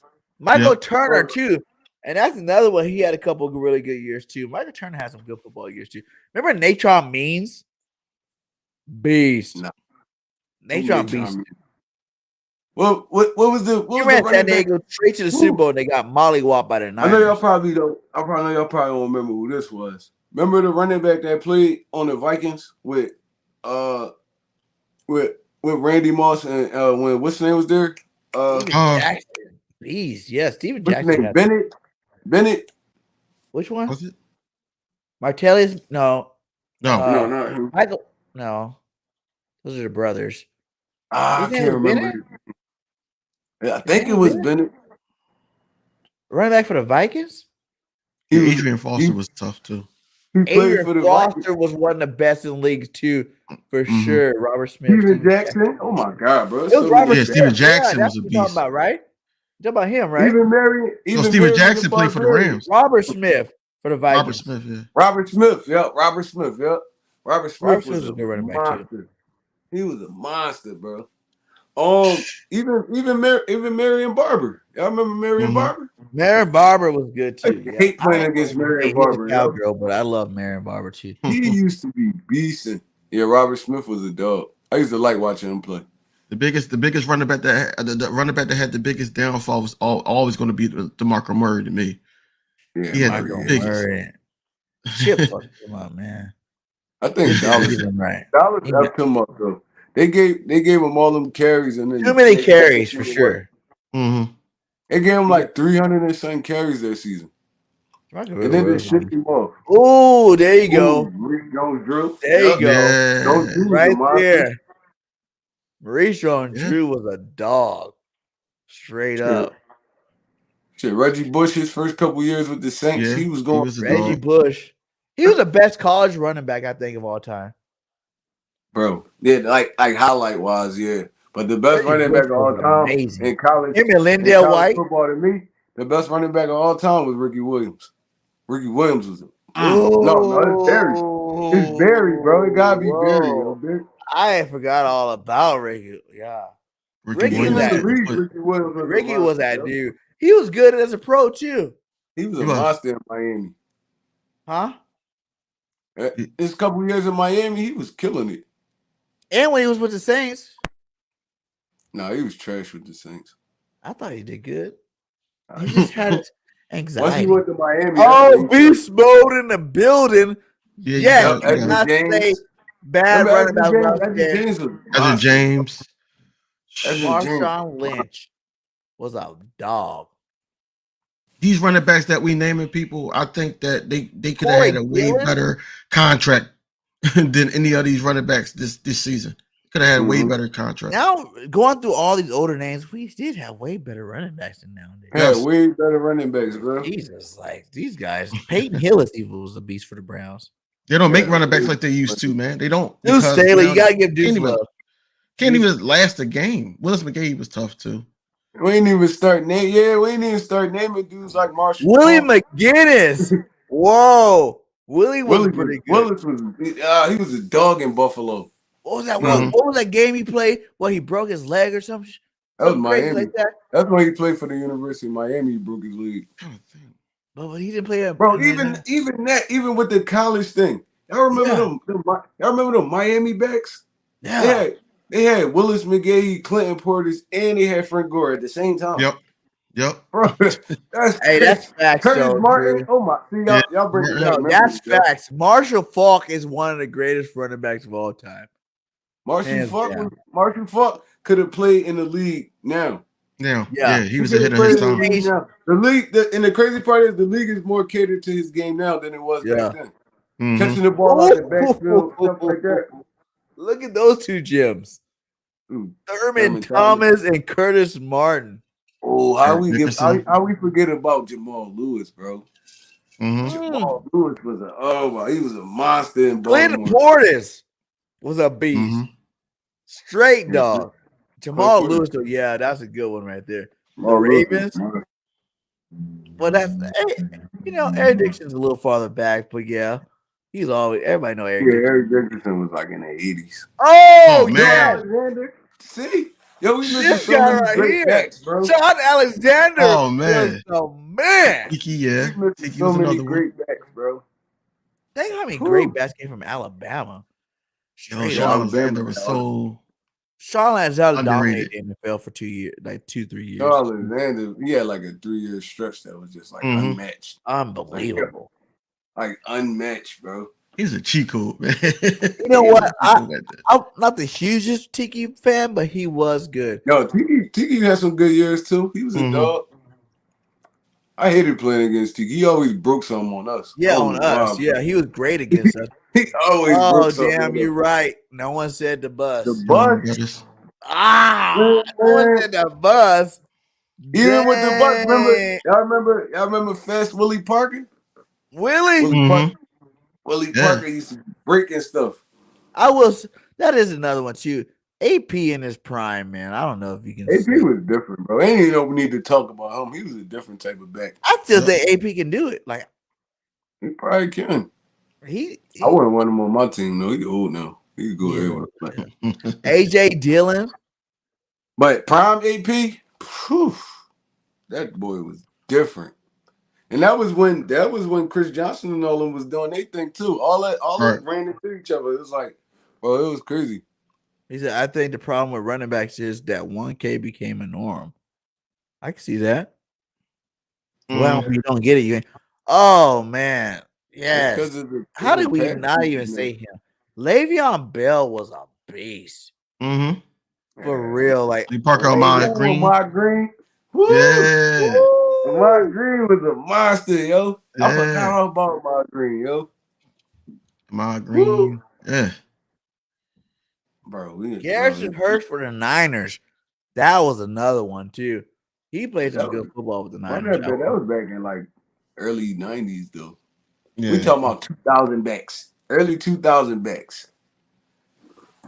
There's a lot of running backs, man. There's a lot of good guys out there. A lot of good backs though. What you call could have been good. Eddie Lacy could have been good, but he couldn't stop eating. Eddie Lacy, yeah, he had some good years. He could have been good. He's just fat. I'm just going through the list in my head. And that's a lot of good. Michael Pittman too. Michael Pittman was a dog. Yeah, I like that. I like the Michael Pittman. Yeah, Jamal Lewis for sure. Talk about Jamal Lewis, man. There's a lot of good. Cadillac Williams. Oh man. And Ronnie Brown. If you don't Ronnie Cadillac, Brown over there running that, remember him and Ronnie Brown was over there running that Wildcat. They was killing the league, yo. Yeah, bro. They both had like 1,500 yards apiece that year. Sounds like they was there killing the league. Yeah, you gotta give Zeke. I will say, I do give Zeke his love. When he was the man, he was the man. I ain't gonna stun on Zeke. No, Zeke was a beast. He was a beast. But I love Zeke at Ohio State, but as soon as he went to the Cowboys, I instantly started hating. Priest Holmes was the man too, for sure. Priest Holmes. D'Angelo Williams. Yeah, oh my God. Him and Jonathan Stewart over there Jonathan Stewart, yes. They was cooking. Hey, Ray Rice. What's going on? Ray Rice. Before he beat up his girlfriend, like he was legit. He was balling in Baltimore. Yeah. Yep. Bro, we had some backs. Like you can name backs now. But you see how many backs we just rattled off out of nowhere, like just off the top of the head. Yeah. Like I said, a lot of these dudes. I bet you were missing some too. I bet you. I know for sure. For sure, we are definitely missing some. But for us to just do that off the top of our head, that's how you know when dudes really like love football. Yeah, that was back Like in the love G. football. Cause like I said, these younger dudes not gonna remember some of these dudes. Mm-mm. Well, I ain't gonna remember a lot of them. Hell, Half we of didn't them, remember maybe a all lot of of them them. until we seen it on the screen. Matt Forte. Matt Forte is another one. Oh, Smitty coming with the Got Matt about Forte. Matt Forte over there in Chicago. Hey, I gotta give Matt Forte his love too. He was a beast. I Yo. forgot about Matt Forte. I forget. Yeah, I did forget about Matt Forte. That dude was nice. Yo, like, yeah, we had some backs, man. Now, I don't think it's the whole it's not the 1K thing for me. I think it's the longevity of backs. You know, it's not the same as back then. I feel like That's we what put it that is. on it. Like we put the jeans on the backs as opposed to the backs actually being able to. There's some good backs that have been around for a while. Like we push them out of the league, you know, as opposed to, you know, it's like the loyalty to your team Thomas thing. The Jones team was is a really beast, too. taking 5-6 Chicago. years. Thomas Jones. But the was a Eagles beast. don't even really invest in backs like that. So of course, like we're gonna see it like that. Thomas Jones was a beast over there in Chicago. I remember them years. That's crazy. I Yeah, used to play with him on Madden sometimes. He really was a I feel like monster we're missing another running back from the Bears. So from the Bears. Cedric Benson. Mm. Yeah, we said Cedric. Cedric Did got we? mentioned. Yeah. We say Cedric Mm. Yeah, Benson. we said Fred Teller. Fred Teller was the first person that got bored up. Yeah. I don't know how this dude was underrated, bro. You rushed for 1,000 yards 10 straight seasons. I don't understand that. Devontae Freeman was nice when he first started. Oh, I Yeah. forgot all about Antonio Freeman. Is that his name? No, Devontae. Devontae Freeman. But there was Antonio Oh. Freeman too, right? He was a wide Yeah, he was a wide receiver. Yeah. Nah, we can't throw Corey Burkhalter in that list. I like Corey. I like him as an Eagle. You know, Corey put his work in back in the Deuce Staley. That's showing his fandom right there. Remember, He said, that's when we had the three, right? It was Corey Burkhalter, Deuce Staley, and Brian Westbrook, I think, right? Mm-hmm. That's a three-headed At monster. one point, yeah, all three of them. Mm-hmm. But what's Yeah, the Kevin Coleman had some nice runs when he was. Bro, what's the back name from he played for the Colts after Adrian James. He went to LSU. I can't remember his name right. Jamal, y'all forgot about Jamal Charles. Jamal Yeah, Charles. Yeah, Jamal Charles. What's He was a what's good the one too. Joseph Adai. Yep. Remember Joseph Adai? Joseph Adai. Adai? Yeah, he played for the I Colts. remember Joseph Adai now. You said he played with Manning. Yeah, he played with Peyton. Yep. Yeah, Adai was a beast. Darcy Levens was a beast too. Yeah. Ryan Grant? Y'all remember Ryan Grant? Ryan Grant was good with the pack. Bro, he was dog, yo.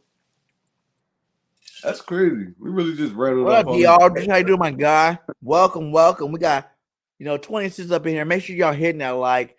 Subscribe to all channels. We're definitely got everybody inside here. And this is for you guys. We're going off. We're on hour 120 deep, and we only had 2 people come on the show. This show is for you guys. Hit that link. Come in here and talk some Eagles football. We're talking about new football, new age football. We're talking about a little bit of everything on Personal Line. We just like talking football in here because we can go on this running back thing forever. But we can go. I will go talk about who y'all think is the best receiver on our team. Is it Devontae Smith or is it AJ Brown? Because I'm back on the controversial thing because that's all we got to talk about is our team. And I think that a lot of people are pushing for Devontae Smith being the best receiver on our team. I want to hear what y'all got. It depends on what you're looking for, though, bro. It's like either argument is a good argument. It's like Devontae, ultimate, consistent. He don't drop the ball. He's always open. He's reliable. AJ Brown, more of a big play dude. I mean, you get the ball in his hands. He can make a couple dudes miss, take it to the house. I mean, but I feel like, in my opinion, I'm taking consistency over anything because Devontae Smith, he really like a slash. He's a third down possession back. He can go downfield. He can win that jump ball. He could do a lot more. I feel like he could do a lot more than AJ can. So, but it's still, I think, in all honesty, I think AJ Brown the better wide receiver. He's the better wide receiver. But I feel like I feel like Devontae is just like, I don't know. I just love the dude, man. He just really like always open, always consistent, bro. Like he bail you out of a lot of situations, man. I don't know. It's hard. That's a hard argument. That's why I say I could lean either way with it. Yeah, it is a hard argument, man, but I'm leaning towards Devontae Smith because, like you said, he does a lot more on this team, and he's in the slot often. You know, I know that they just came out and said that AJ Brown was number one in slant routes, but I have seen AJ Brown catch the ball and couldn't make the touchdown. It couldn't make the big play. You know, he slows down, whereas though Devontae Smith, he doesn't. You know, certain aspects of the game, you know, you want Devontae Smith down the field besides AJ Brown. AJ Brown is more of like a decoy. If I had to choose, it would be Devontae Smith. I think Devontae Smith is just our all receiver. Like basically, he could do everything. He could do everything. Whereas though that, you know, the muscle of AJ Brown gives him the slight edge on paper. But if need be, I think that, you know, Devontae Smith, if he was a little bit bigger, it'd take away from his speed, but I think that, you know, just his smarts and his willingness to go up and grab it and everything. And I'm not saying AJ Brown doesn't, but from what I've seen from year one with them being together, I have to go that route with Devontae Smith. I think, yeah, I agree. I think Devontae more consistent, but AJ Brown is just. But I like this. AJ Brown is just like a mismatched nightmare, bro. That's what I like about Dane's comment. Is like we seen Devontae his rookie year, right? And he was like, well, he broke the reception record his rookie year or something like that. Most yards or something like that. But then AJ, like the impact that AJ brings to the team, you know, AJ made a huge impact. AJ stepped up his game. He had a career high with us just because he changed the game. Like in Tennessee, he was only using all those slant routes. That's all you got to see, and he was dynamic at it, you know. And then you see him come and Jalen Hurts start throwing him deep balls all the time. And now you're like, whoa, this guy's a big play receiver. Ah, man, like you said, I have to say they are definitely two different receivers, but they complement each other perfectly. You know, they complement each other, yeah, for sure. They're the perfect complement for each other, but they're like the best of both worlds. So to say either one of them is better than the other, you like you said, Trey, man, you got an argument on both sides, man. AJ is a bigger, deep threat, but Devontae's refined. Coming up to me and asking me that, I can see why you said this, and I can also see why you said that on this side. It's like, bro, we got the best of both worlds. We got two number one receivers, in my opinion. We got two number ones. Depending on what game you want to give them, it's like, I mean, we done seen AJ take the backseat to Devontae. We done seen Devontae take the backseat to AJ in certain games. It's like, when your man going off, go ahead, keep feeding him. And then there's not no ego involved. So we got the best of both worlds. It's like, I mean, listen, I don't care who the best. As long as y'all keep catching them passes and scoring touchdowns. Right, man. We got the best. We got both of the best. Two top 10 receivers. He says so my question, no weakness in this game. AJ sometimes focus drop. But I've seen Smitty. See, that's the thing too. That's another thing I want to talk to you guys about. Quez Watkins. We are killing Quez for these drops. But I've seen Smitty and AJ drop balls. We don't even think about talking about those two guys. They get more targets, so they have more opportunity to show you wrong. Huh? AJ dropped a lot of passes last year. Yeah. Devontae didn't drop as many, but I seen him drop some. But AJ dropped a lot of little simple passes last year. He caught all the hard joints, but he dropping all the easy ones. So yeah.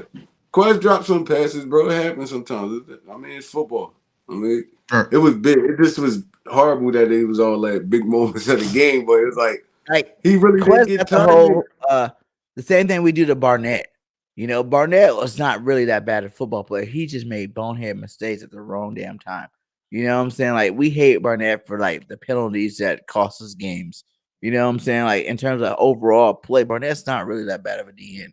And I agree with what Twist said. I feel like we need to get Quez more involved in the offense, man. It's like he really just running routes the whole game. He probably get targeted like 2-3 times a game. And it's like it be on big situations though. It's like, damn, but we don't target him enough. Like I would, in my mind, this is what I was thinking going into the season. it's gonna be so hard to cover Devontae and AJ that Quez was gonna kind of get a little bit more shine, but we That's what really we're ain't hoping giving for the this ball year. up right now. That's what we're hoping for this year. You know, we're hoping that we've seen Quez. You know, you But seen Devontae it's and so AJ. hard to get all these dudes involved and then still try to stay balanced. It's like Mhm. so. I mean, you gotta take what you could get because you know AJ getting the ball, you know Devontae getting the ball, you know Goddard getting the ball. That's three people right there in front of you. Quez really just getting the scraps for real. Like, I mean, if a play break down or something like, they're not even really designing plays for Quez Watkins. Like, if a play break down, all right, well, Quez right there, I'm gonna just dump it off to him or And, something like that. I We not I designing got a plays for question. Quez Watkins. if we don't have a I got modern day quarterback that will go to that third and fourth, if we go to our first, second, third being the Goddard, and they're not there, Jalen's dominant enough to just run the football and get yards. You know what I'm saying? He does that very well. So it's like how you are comfortable eliminating that out of the game. how comfortable do y'all feel like going into this season, especially let's just say Quez Watkins is the number 3 receiver going into the season. How comfortable do you think that Jalen Hurts is to go to him in those pivotal moments? I I think he mean, goes. I think he comfortable because it was a lot of big situations where we seen Quez Watkins get the football. You get me? So even after the Washington game, the next week when we played the Colts, Quez Watkins basically won the football game for us. So it's like, I mean, I feel like Jalen gonna throw it to whoever open. It's just like when you got a AJ Brown and Devontae Smith on the outside and a Goddard in the middle, you're not really gonna be looking for nobody else. It's like, bro, I know one of these dudes open. If they not Goddard open, not all right. Dump ball to the running back. Well, I'm taking off. It's just so much. It's so much. Quez just get the back end of the stick, and it's like it's unfortunate, but I mean that's the team you on, bro. And I feel like people Mhm. be hating on Hurts for that too, though. You know, in terms of like, you know, he knows he can get yards. Like, you know, why even chance it? Like, you made your first 3 reads. It's like, okay, it's just not open. I'm gonna take off. I can run 10 yards to get a first down, start this over again. You know, and that's a detrimental to Quest Watkins being like you're the 4th read. You know, like you're always the 4th read. You're not ever going to be the 3rd read, really. You know, when all 3 of those guys are on the football field. You know, you're looking Honestly, like I think he's going to be the 5th this year because you got to account for DeAndre Swift. You gotta account for Swift out the backfield. Then Gainwell out the backfield is like, I know this offensive coordinator. I mean, he got a plethora of like riches. It's gonna be so hard to game plan for this team for real. Like how do because you guys feel about that? your quarterback still can be your best running back. That's the scary part about this offense. Mm-hmm. Like, and then if you really like paying that much attention to Jalen, then you gotta deal with Swift one-on-one with one of your linebackers or safeties or something like this. It's gonna be dangerous. It's gonna be dangerous this year. Who Yeah. you gonna cover? Who you gonna double team? You can't double team nobody. It's like, bro, it's No. like Because they proved that all last year. You say Devontae, AJ gonna eat. Say AJ, Devontae gonna eat. And Goddard, if he would have just stayed healthy, he would have had over 1,000 yards too. I think. yeah, You he know, would have definitely been he close would to it. definitely done his end. And then you think Goddard healthy this year, that's even less balls. Like that's why people like the whole D Hop thing. Like it's nice to think about. You know what I'm saying? Like for one, I don't think D Hop's taking that little money that we were offering him. For one, No. it's nice. I don't think that's a D Hop situation. He's trying to get paid. And for two, he's not getting the ball. Okay, you're not gonna come in and be, oh, I'm D Hop. I'm gonna take balls away from Smitty. I'm gonna take balls away AJ. That's not You're gonna not. happen. Can't have another Eagle wide receiver Yeah, in the locker room. it should be pointless to even do that. Going on, Stu. What up, Stu? What's going on, fellas? Hey, look, I ain't gonna take up too much of y'all time. Hey, this show for you guys. No, You know, we've been taking up all the time. I know that's why you did this 31. I know that's why you did it, because it's for everybody. And Trey, why did you take your face off that screen? Come on back on here.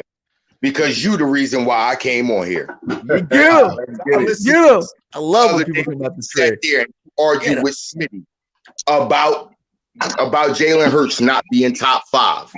So I got a question for you, and it's just yes or no. You got Joe Burrow top 5? All right, first of all, if you would have seen my list, Ain't no first of all. Now you Yes or asked the no? question. You asked the question. Now let me Yes or respond. no? That's all I need to know. Yes or no? You asked the question. Now let me respond. First of all, No. And like I said, bro, before you even start talking, I said yes or no. I put Jalen Hurts at number 3, bro. Number 3. Behind You who? said argued the Behind other who? night. Hold on, because this is a problem. You sat there and you argued Smitty up and down that Jalen ain't top 5. You Bro, telling me no, Joe I Burrow didn't. top 5? Bro, I didn't argue that. DV, Bro, tell him I what we just was sat there arguing and about, listened to the DV. stream the other night. Bro, you wasn't listening then. Oh, You you know, wasn't listening if you sat there and listened to the I stream. can't. No. I came in for that specific reason only, and you sitting here trying to tell a bold-faced lie, bro. I'm out. Bro, what's wrong with crackhead over here? Nobody said nothing like that. Look, Now, listen. Wait, so what was the order? If he was really listening to the argument and he listened to what I was saying, I put Jalen Hurts at top 3 on the list of your best quarterbacks from last year. But when we was talking, me and Smitty was arguing about. He said we comparing resumes, and I was like, that's not even fair to do nothing like that because Jalen It's Hurts not. only played 2 seasons. He only played 2 seasons. You got dudes like Aaron Rodgers. You got dudes like Russell Wilson. You got dudes like Lamar Jackson. All these dudes that played way longer than him. You can't make that argument. So you got to go year by year with quarterbacks. If he was listening, he would have been listening. He would have heard that. But who was your list? Yeah, Who was number 2? It was 2. Oh, wait. It was 2 different types of arguments going on, and nobody was really listening, as you can see. It was basically going into the next season because we were doing the quarterback list, and then it was also about resume. You know, you cannot sit up there and say, okay, Jalen Hurts been in the league 3 years, started two seasons. You can't sit up there and say he's better than right as of right now. You can't say he's better than certain quarterbacks ahead of his time. You can't do that. You can compare years, but you can't compare the whole resume. That's what we were saying. Right. See, that's when you trick it by saying that. Right now, you can't say that he's better. You say Jalen Hurts' name, career, you can't say that he had a better career. Nobody's talking bad about Jalen Hurts. I was just talking about what you said. Now, Smitty brought up resumes, and I told him basically, hold up, that's not fair, because there's a lot of dudes in the league with way more experience and way more accolades than Jalen Hurts. That's where that argument came from. But as far as last year, I got Pat 1, I got Burrow 2, and I got Jalen Hurts 3. That was my list. Pat Burrow. And that list is over career, or is that last year skill set? You talking last year going into the season? Yeah. Going into the season. I can say anybody's not 2 if Jalen Hurts is second team All-Pro. That means he was the second best quarterback in the league. You know what we need to start doing? We need to start having like the little banner saying going into next season so people can understand what we check. Jalen Hurts was second team All-Pro last year. That means he was the second best quarterback in the league.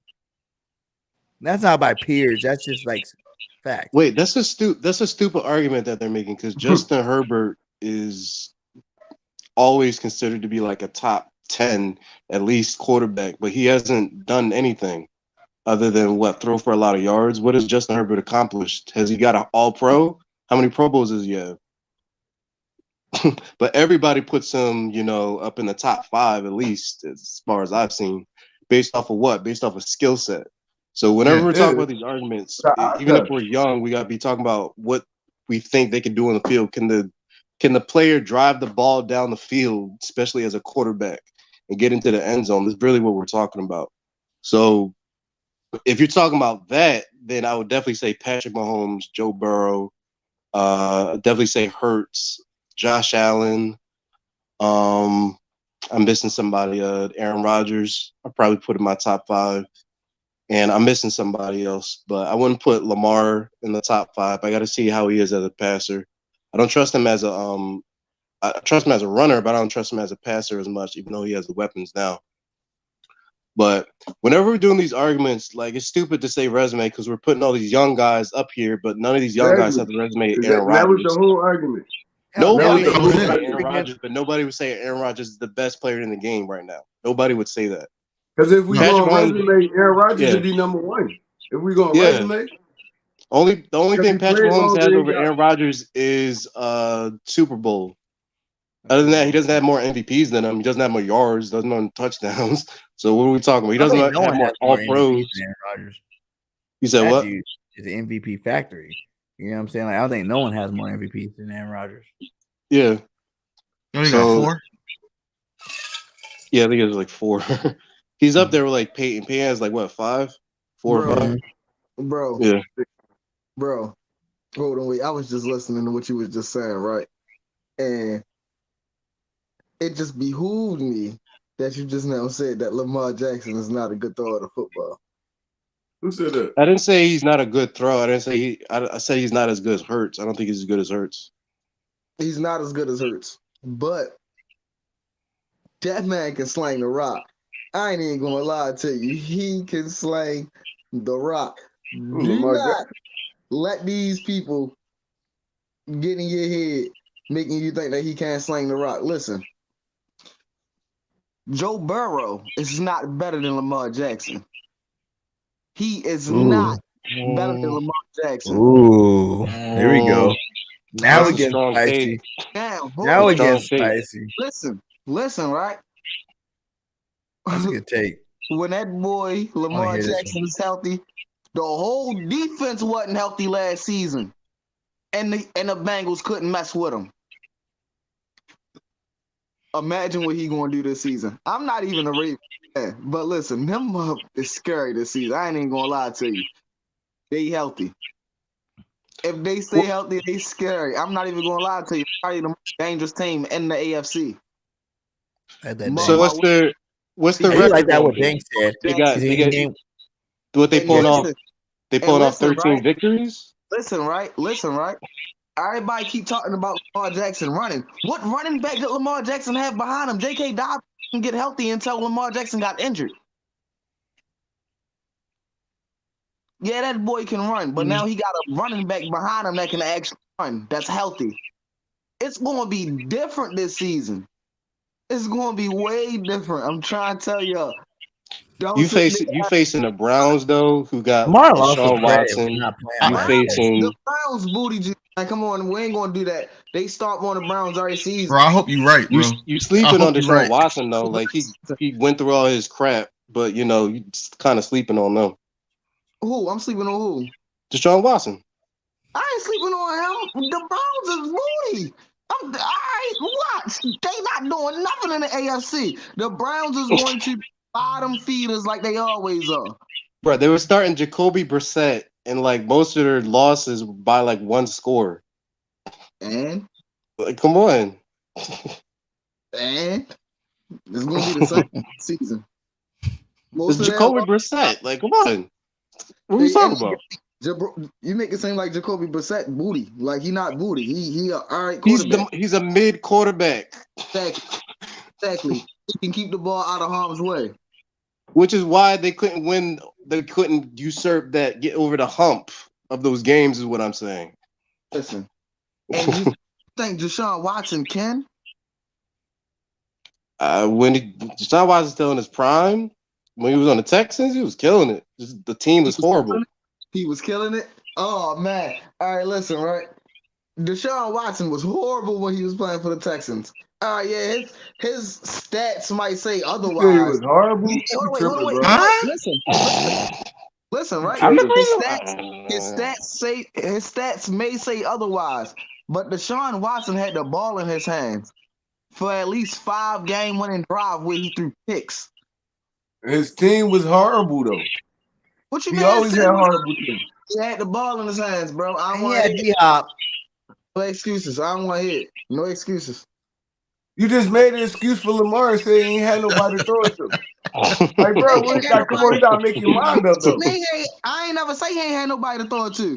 That never came with the dogs he got this year. That's basically saying he don't got nobody. I said his passing numbers is going to be way better because he didn't have a running back behind him that could actually run the ball. Lamar Jackson is a dual threat quarterback, just like Jalen Hurts.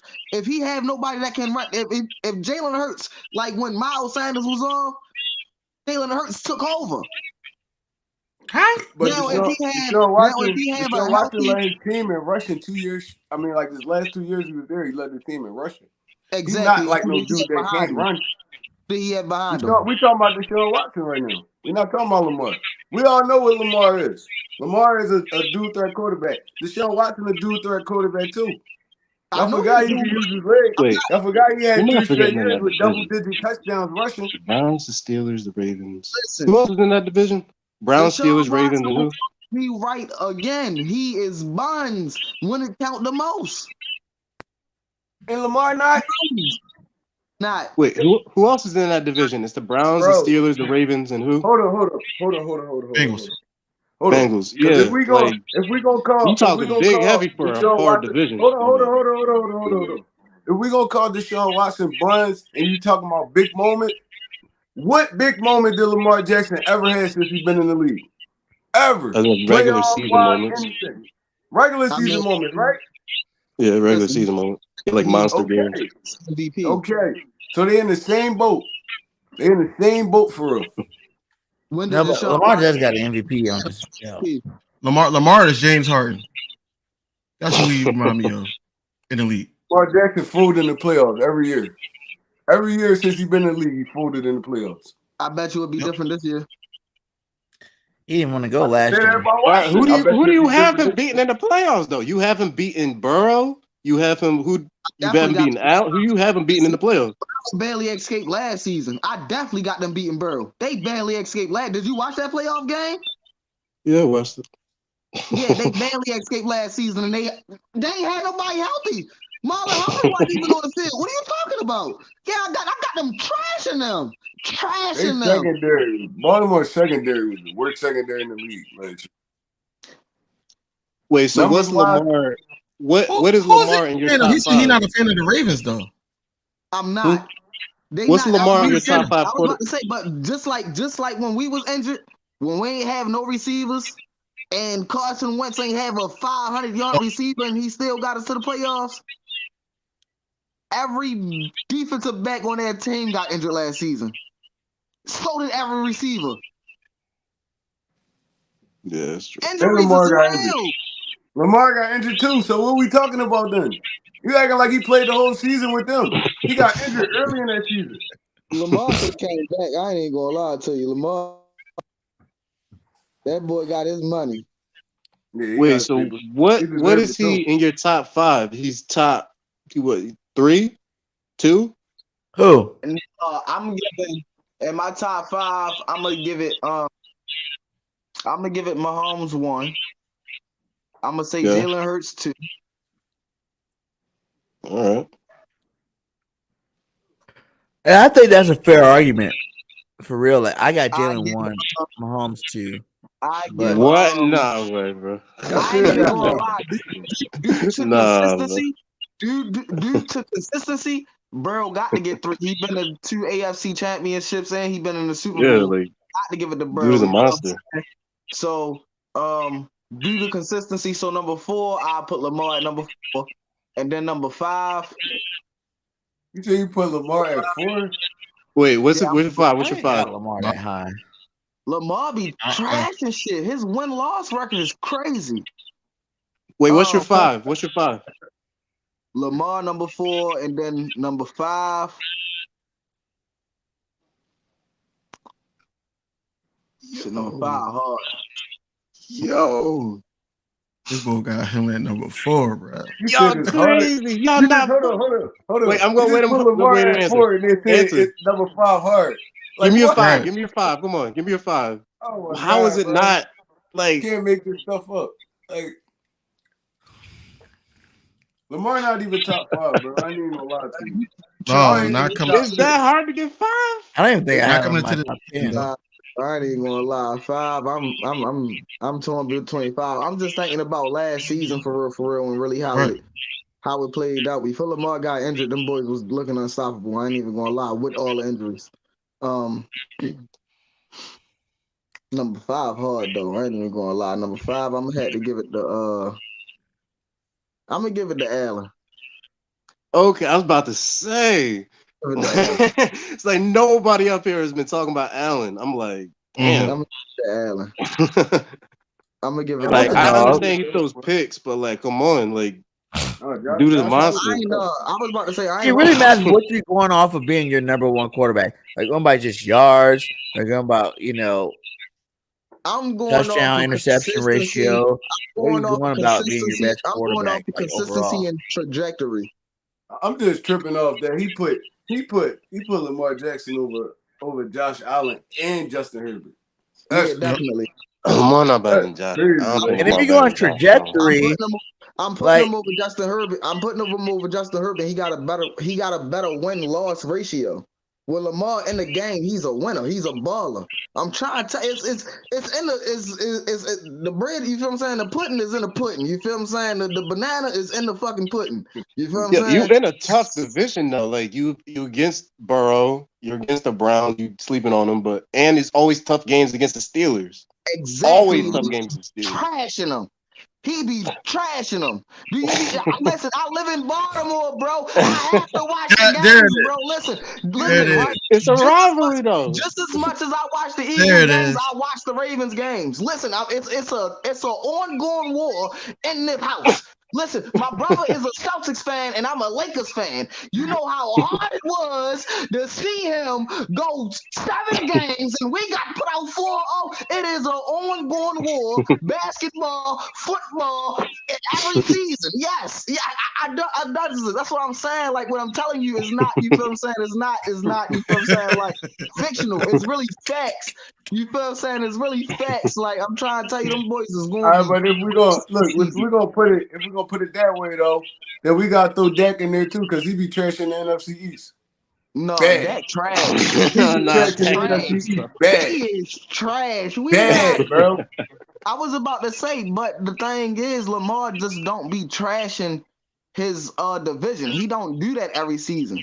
You feel what I'm saying? He be trashing everybody. He just be dogging shit. Like he just be dogging. I'm trying to tell you. All right. He don't be trashing everybody, bro. He be dogging. Listen, they couldn't beat the Chiefs for like 3 years. What happened last year though? Beat them in 2 years. Yeah. What happened last year when they was up? They was up by like 24 on Miami and they lost their whole lead in the fourth quarter and lost the game. Lamar was on the field then. I told him that was horrible. Boy, Lamar was on the field then. That day. I had a field day with that day. You feel what I'm saying? I really be beefing with Ravens fans, but you feel what I'm saying? You know, you feel what I'm saying? You gotta keep it a bang when you feel what I'm saying. Lamar, when he in the game, he crazy, bro. Like watching Lamar. Lamar is Baltimore. Without Lamar, it's no Baltimore, bro. I'm trying to tell you, like that. He definitely carried that whole city. He crazy. I'm trying to tell you. All right, here's a question then. Why was it so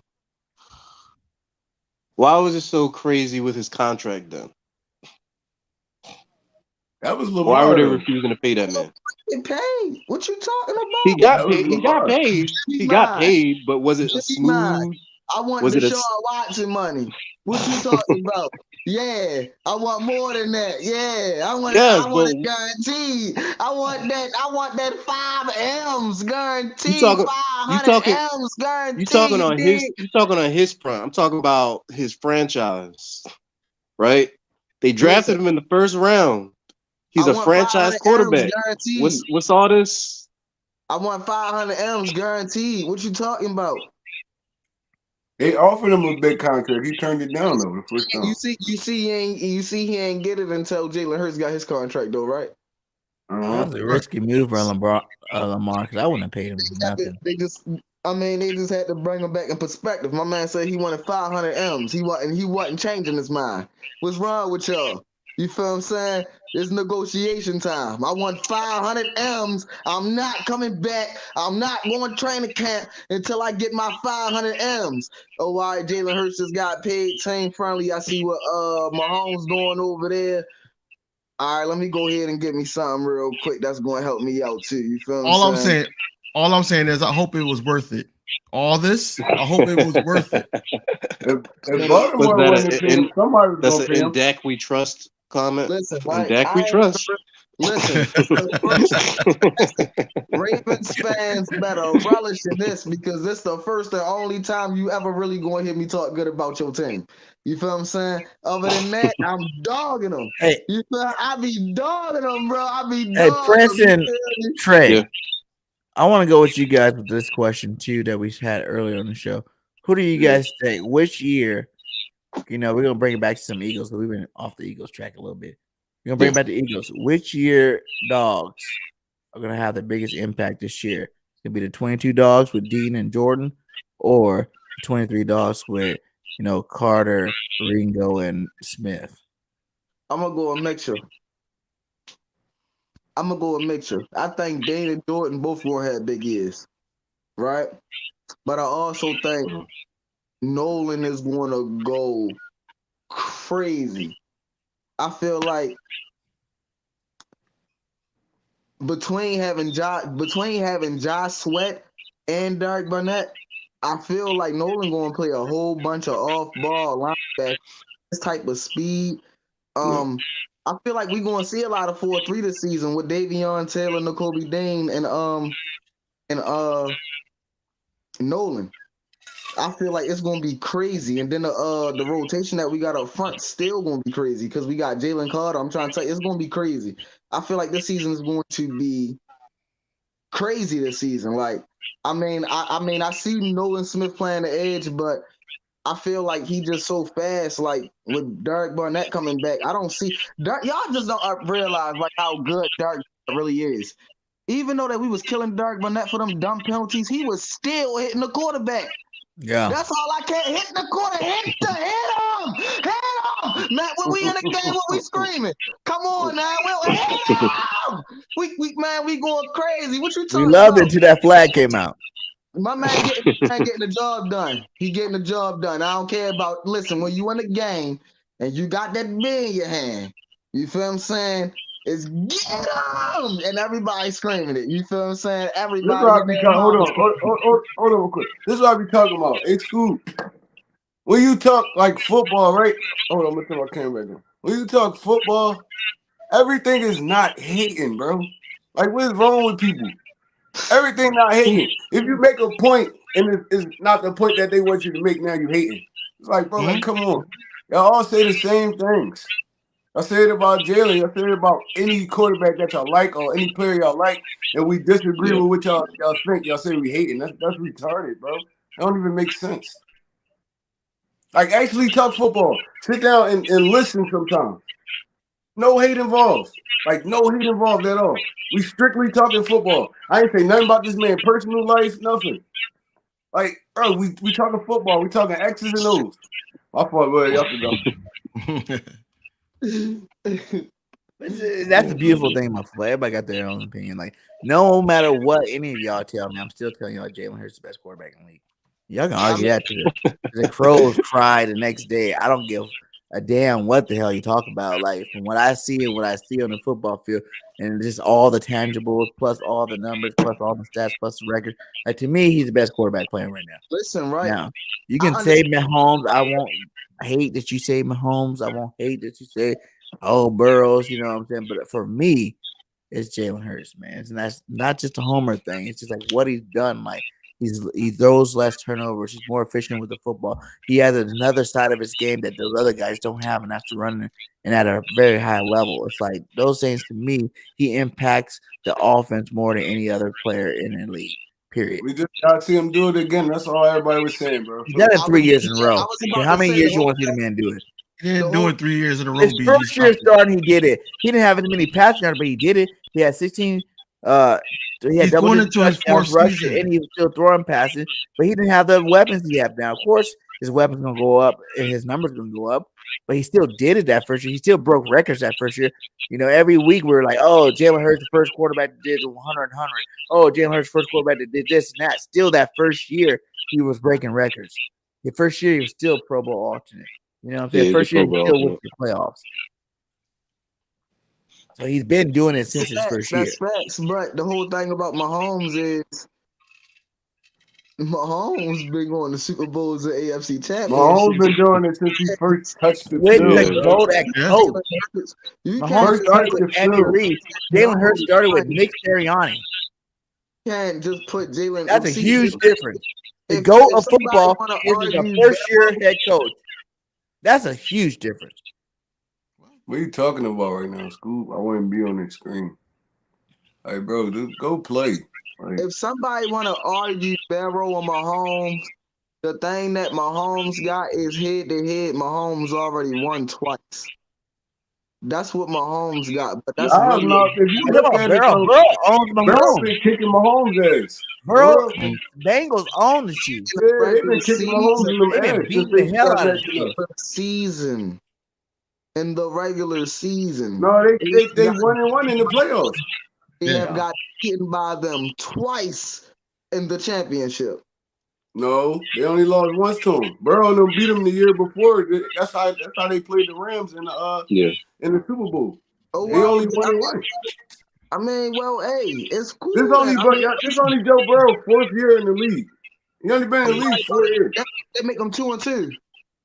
No, they didn't play every time in the championship. That's what I'm saying. Burrow didn't make the Bengals didn't make the playoffs first year. I'm talking about just record against each other. Period. They 2-2. The Bengals' record is better than Joe Burrow record is better than Pat Mahomes' record season-wise head-to-head. And Dick, of course, I think Mahomes is better than McNabb and who you say up here? You said Alex Smith and McNabb. Of course, Mahomes better than both of those. No, I'm just saying, Screw. I don't care that you're saying stuff. I just don't know what you're saying. That's what I'm saying. Just can you make it a little bit clearer what you're saying? We could go back and forth. Alex Smith and Donovan McNabb. I mean, and Donnie really, you really can't hate on Donnie that much. 5 straight NFC championships, my guy. That hasn't been done in a long time. You're not talking about Jim Kelly or freaking. And he made it over the hump too. Super Bowl. Yeah, if you're not talking about Jim Kelly or Tom Brady, like that ain't never been done either. You know, like that's what I'm saying. Like Mahomes, even right now, like the biggest argument I have with Jalen is we still don't know his ceiling. Like he doesn't know his ceiling. Like none of us can even say, okay, well, Jalen Hurts is going to be this good. You know, we already know how good Mahomes is, and it's great. Don't get me wrong. We kind of know what Burrows is. It's great. It's good. We know where all these other cats are already because they've been in the league a little bit longer or around the same time, but we already know what they are. What we don't know is how good Jalen Hurts is going to end up being. Because if you look at the year 2 to year 3 jump that he just made, like if he makes another jump like that, like everybody's like, he needs to take the next step. If he takes that next step, what the hell are you talking about? We're talking about the best quarterback that ever played football. I got a rebuttal. And say the same damn thing for Burrow. Literally. From year 1 to year 2. Literally. I mean, this past year he was an MVP candidate. Year 1 he got injured. He got injured year 1. I was about to say, but you gotta think about it. He also started since day 1, year 1.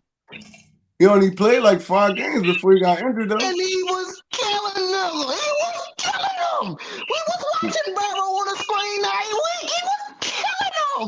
No, he was killing them. He was like ESPN every week, bro. He was killing them. No, he was doing good. 80-yard runs.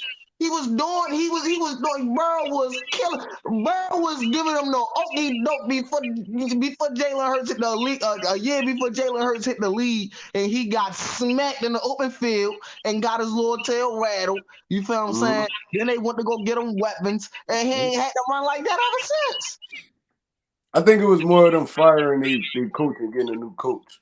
Because the offense they was running, it was horrible. It was like, and then they got mixing.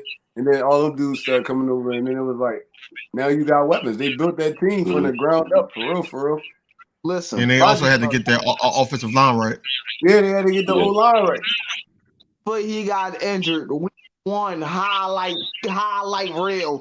Main man was killing them. He was giving them crazy work. You feel what I'm saying?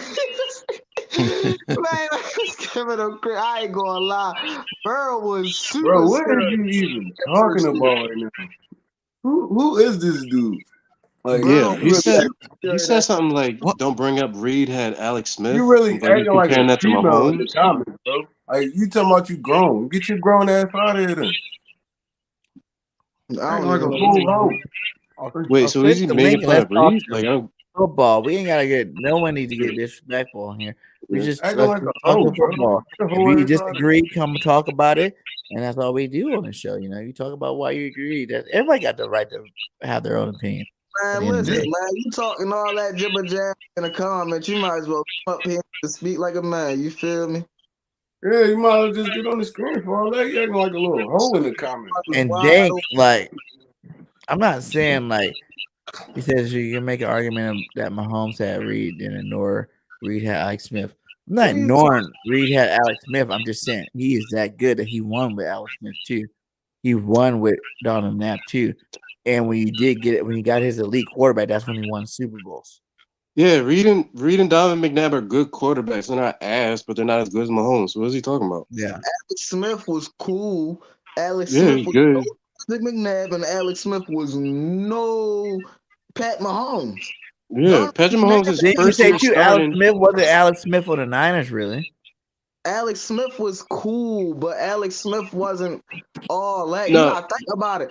Alex Smith only got his job because Colin Kaepernick had got fired because of that stats. Colin Kaepernick was that one on that team. Alex Smith was second fiddle. Alex Smith always been a second fiddle quarterback. He wasn't considered a number one quarterback until he got with Andy Reid. It's all good. I was just saying, like, I'm just trying to prove my point. And my deal is like, that's what I'm saying. Like, Jalen started, like, I don't know, man.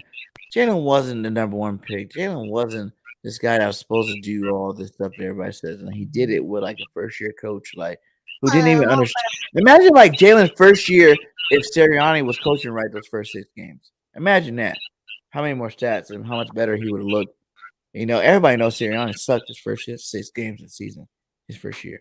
Like, he didn't know what the hell he was doing. He's trying to throw the ball 56 times a game. He wasn't running the football. You know, we had whole crowds talk about run the ball, run the ball. He wasn't doing it. You know, it's just all that takes into like numbers if you're trying to go number wise with me. And that's why I said overall, like leadership wins. Like, you know, Jalen Hurts for 14-1 last year. There was no quarterback 14-1 last year. Not one.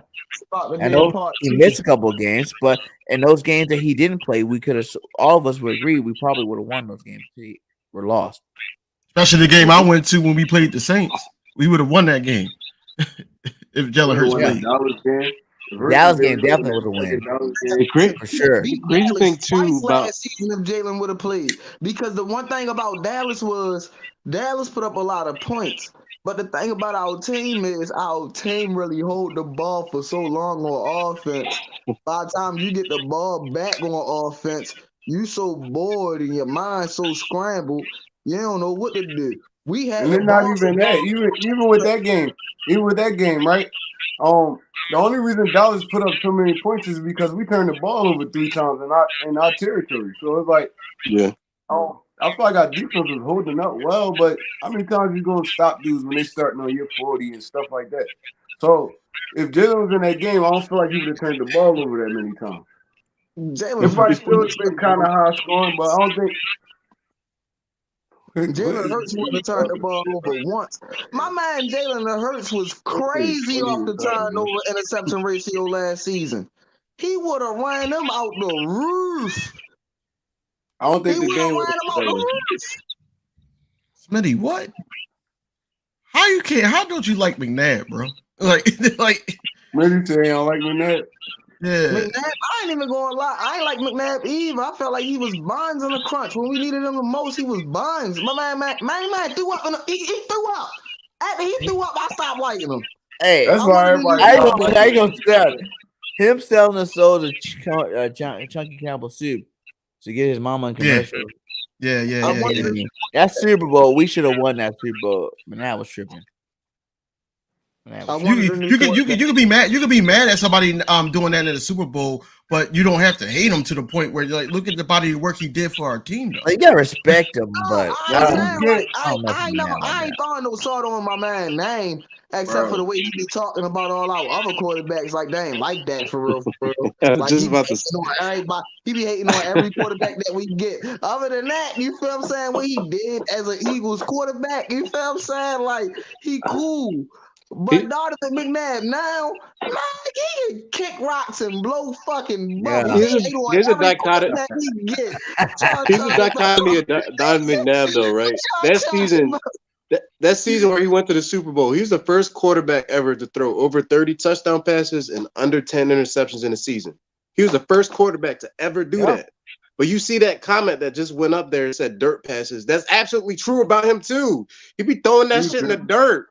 That's why his fucking completion percentage is like 59%. We ain't gonna trip like McNabb. We ain't gonna trip like they gave McNabb a whole lot to work with either. It's like, bro, True. He did the best of what he could. He was throwing like they had none of that. Ronnie Brown and dudes like that.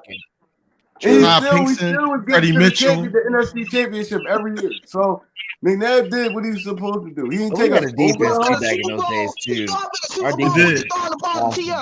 I don't want to hear none of that. You got T.O. on you got a dog on the other side. You got a dog that eat puppies on the other side. He was running damn near on a broken leg and was killing them. He was giving them crazy work. And he ran T.O. out of the building. Like you should have 3 straight NFC championships before T.O. Donnie was a hater. At the end of the day, Donnie was a hater. All right, now I got a question for you then.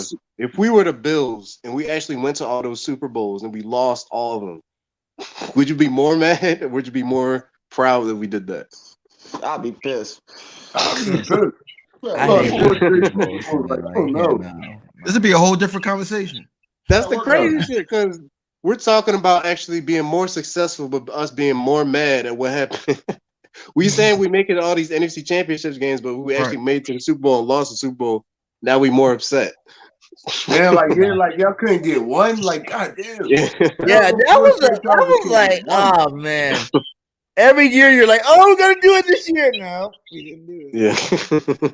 But we ain't gonna trip like that. No. And then T.O. we ain't gonna trip like McNabb was a bum or something. McNabb was a dog. He was a dog. Y'all just don't like the personality wise. Best quarterback in Eagles history. He was a dog. We got to bring him an app. I say he's the third best. And he's behind Jalen Hurts and Randall Cunningham. Yeah, I'll go behind Jalen already. Yo, y'all was crazy. Yo, like, no, BG crazy.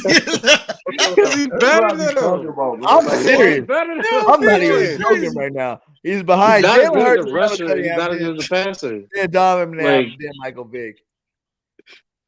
His best season, he scored 31 touchdowns. Jalen just did that last season. What are we talking about? But it wasn't really no pass. When they played, it wasn't a passing league like it is now. Yeah, and again, he had James Thrash, Todd Pinkston, and Freddie Mitchell, and just to name a few for real. They did. You know why I can't say that is because Peyton Manning comes into the league is throwing for 4,000 yards every single season. Every single season. Every season. Peyton's it was quarterbacks that was my doing favorite it. quarterback of all time. I think Peyton's to go. Tom Brady was not doing it till like his. Quarterbacks that was doing it, but that wasn't the league. Like it was quarterbacks. Tom Brady was not doing it till like his fourth or fifth season. Like that was throwing for like a lot of yards, but Tom Brady wasn't even allowed to call his own plays to year 5. Yeah. Tom Brady wasn't doing that till like year 4 or 5. So yeah. Appreciate y'all, man. Y'all fellas have a good night, man. You too, man. Love your energy, man. All right, man. Y'all be sick. Yeah. And that's what it comes down to. Like, who's your best? Who's your favorite? There's going to be a little bit of bias, whatever you like. It's like what you like. What you think makes the quarterback the best. What do you think makes the quarterback, that man? For me, like I said, Tom Brady, Peyton Manning's the GOAT of all time. Like, he was a GOAT like in college, and he just continued that throughout the pros. Even his first year, like you said, every year 4,000 yards, even when it wasn't a passing league, like he was the man. Peyton dropped dimes all over, but he wasn't athletic at all. He was the slowest turtle on the football field ever. You know what I'm saying? Like he had no athleticism at all. He used all his other stuff to his advantage, like his brain and I mean, it's like, bro, there's a million ways to skin a cat. Like you don't gotta be athletic to be a good football player. Drew Brees wasn't athletic and he was small. All that little hands. This dude was throwing for 5,000 yards down there every season. Like, look, like I mean, it's just you just work with what you can, bro. Like it's like Nick Foles, the greatest quarterback, Eagle quarterback. Hey, I was there in the stands when Nick threw that 7-touchdown game. I was there sitting next to Nick Foles' parents. That was an amazing game. My daughter took a picture with Sean Jackson's mom that game, and it was awesome. That was like one of the best Eagles games. I just hate Riley Cooper was a part of that. That's the only thing I hate. But Nick, you gotta give Nick in terms of being an Eagle quarterback. Nick's up there too. Like Nick didn't lose that much as an Eagle. You think about it, you can look at his whole career and be like, "Oh yeah, Nick freaking didn't win that many games," but as an Eagle, he did pretty damn good. Didn't he have that one crazy series like 24 or 27 touchdowns, like 2 interceptions, something like that? 2 interceptions, 27 touchdowns. Yeah, that was the same year he threw that 7 in that one game. That was the year when D-Jack and Macklin and Shady was going off. Yeah, that was crazy. It's like we gave him to the Rams, and then we got Sam Sleeves. Yeah, we made a mistake. Traded him for Bradford, like what? Right. Yeah, Peyton Manning came into the league throwing 20 plus. No, he was 16-16 his rookie year. 16 touchdowns. His first 3 years, he threw over 20. I think his first year he was 16-16. You can look it up. He was 16 passing touchdowns, 16 interceptions in first year. Well, it was the year after that. I know still 4,000 yards. That's the point I'm making. Even when he was making mistakes, he was still throwing dimes. I don't think so, BJ. He wasn't putting up numbers like that at the beginning. I don't think Peyton Manning has a year where he didn't throw 4,000 yards. Peyton Manning was horrible his first 3 years in the league. He was 16-16, 4,000 yards. Nah, his second year they were like 13-3. No, it wasn't. I want to check that. Let me look for that right now. Peyton Manning, hold on. Because they ain't get good until after they traded Marshall Faulk, and then that's when Edgerrin James came. Yeah, Edgerrin that's James when they got good. That's another one. That's another name we forgot to mention earlier. Edgerrin James in there. It flipped. His first year, he threw like over 20 interceptions, and then the second year, a switch came on or something. He wasn't horrible. 14 Pro Bowls, 7 All Pros. Jesus Christ. Yeah, what did he do in his second year? I'm looking up his stats right now. I think it was his first 2 to 3 years. Yeah, his first. What was it? Okay, yeah, it says his first year in 1998. He did 26 touchdowns and 28 interceptions. Yeah, see, I knew it was one of them years. Yeah, what did he do in his second year? But what was his yards, though? It's 3,700 yards. So not his first year, but every year after that, except for in 2005, every year after that, he threw over 4,000 yards. Yeah. Wait, what was his touchdown, the interception in his second year? Second year was 26 and 15. Yeah. Third year was 33, 15. He was throwing hella picks for like the first 3 years. But year 2, year 3, he only had 15 picks. That's not that bad. He only had 1. He only had 2 years where he threw 20 plus interceptions. He threw 10 less picks and he still had 15 though. That's a lot of But out of all those years, he only had 2 years where he threw 20 plus interceptions. You want to talk about his brother? Shit, I was on a rant about his brother. Right. Time he only had like 10 interceptions. Hey, man. I mean, Eli got 2 rings though, man. Like, yeah, he do. Can't take that. Can't take that away from him. He got like 2 rings, bro. Like, damn. All the other years he was horrible, but them 2 Super Bowl years he was cooking. Man, if David Tyree in 2 years, if David Tyree didn't catch that pass with his helmet, he wouldn't have had that. He wouldn't have had that Super Bowl. He played for what, 18, 16 years? What, 18? Who? I think it was 6. Eli. I thought it was 16. Eli's 16, right? Got drafted in 2004, I think. He only won a playoff game in 2 of those 16 years. And those were the Super Bowl years. Yeah, that's cool. I'll take that though. That's horrible. Stop it. I'll take that. You guys think Eli's a Hall of Famer? I'll take that. No. Because of what I just said. I don't know why y'all be trying to cut Eli, bro. Eli wasn't a horrible quarterback. He wasn't horrible. He better than a lot of quarterbacks today. I'll ask you one question. You can ask every Eagles fan this. You can ask it about Tom Brady. You can ask about Drew Brees. You can ask about Peyton Manning. You can ask about Aaron Rodgers. You can ask about Brett Favre. When Eli Manning came to town, were you afraid like you were those other quarterbacks when he came to town? No. No. No. He ain't no Hall of Famer. But for winning, but I wasn't afraid of. I wasn't afraid. I wasn't afraid of Eli for no other reason. There's a whole other reason. You know what I'm saying? Like, but the team we wanted to kill Eli because he played for the ops. We wasn't afraid of him. No, you didn't have to. You didn't. Look though, even with the Peyton thing, right? We praised him for like everything he did, but in all reality, Peyton Manning was a turnover machine. I'm looking at these interceptions, bro. This is horrible. Like he was double digit interceptions every year except one. But that's what happened when he throw the ball 56 times a game. Look though, and the one day he didn't go over double digits, he had 9 interceptions. It's like, bro, Peyton Manning was turning that pill over. Mm-hmm. He was turning that pill over.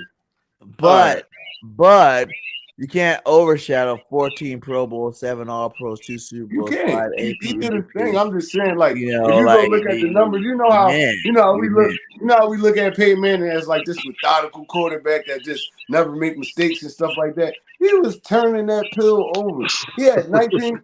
He had 27. Those games that Peyton threw like double interceptions, threw like 500 yards. All the rest of them, he was down there touching 15. Like he was throwing a lot of interceptions. I ain't even peak situation. That's but crazy. How many touchdown passes he's throwing? How many touchdowns to how many interceptions? Well, he's throwing. No, he was throwing a lot of touchdowns. Like, How many? What's his touchdown interception ratio? Remember that year in 2013, he threw 55 touchdowns. So how many? To like 10 interceptions? 10 interceptions. That was crazy. Because I think he had Marvin Harrison. And in 2004, Reggie Wayne, and he had Stokely. They all almost had 1,000 yards. If not, they did. Years, man. Yo, bro, I'm about to go down the list. Hold on. All right, this from 1998 to 2010, right? So 28 is first year, 15 second year, 15 third year, 23 fourth year, 19 fifth year, 10 9. 14, 12, 14, 12, 16, 17. He was throwing that pill away. Oh my God. Compared to everybody else, over that 30 was good. touchdown passes every year, though. Oh, that's wild. But he was throwing hella touchdowns, though. But that's like wild, Brett Favre's a Hall of Famer, right? And Brett Favre. Yeah, I was about to say that. Brett Favre. Yeah, he was. He didn't care. He was a turnover machine, bro. You look at Elway's numbers too. Elway's a turnover machine. I was like, damn, Elway. When I looked at his numbers, and Marino too. Marino was throwing a lot of interceptions too. Yeah, Marino was giving all those guys that threw the ball like anybody that throw the ball that much is gonna have more turnovers. Period. Yeah, I think it's like a basketball player. Like the more times you like take chances, assists, and stuff like that, more turnovers you get. And that's why Jalen might not ever throw for 5,000 yards because you don't need to. At the same time, like he's not gonna ever have that many turnovers, man. That's not what he do. He's not a turnover machine. You know, like he's pretty smart when he goes to football. And last year he was throwing dimes all year long, like just ridiculous dimes. One thing about Jalen, if he don't see something, he taking off. Hell yeah. That's why I don't turn the ball over that much. He be out. I think now imagine if Peyton had legs. If he had some agility with the legs and he threw like that, that would be a ridiculous quarterback. Like that would be like a quarterback. I think the young boy over there in Indianapolis, he gonna be a dog, little kid. Richardson, yeah, he's gonna be a monster. You know why I say he's gonna be a dog? Cause he got Steichen over there, right? Mm-hmm. He gonna bring kind of that same offense they ran with Jalen his first 2 years. It's like he could thrive in it. One read, see it, get out of there. A lot of run pass options and stuff like that. I feel like he's gonna have a solid rookie season. Dang, do you really think he's only had one good year? And that is the argument I do have with the Eagles community. He's not only had one good year. Yeah. To me, he's had 3 good years. He's had 16 touchdown passes and 10 He had rushing one touchdowns. great year. Yeah, He had one one okay great year, year, but one great year. that year, first year starting, that was a good year for what he had, the 16 weapons he had, you know, what he had around him as a team, and first year quarterback. That was a good year. How is 16 passing touchdowns and 10 rushing touchdowns a bad season? Yeah. Who said that? Huh? Who said that? Random language. No,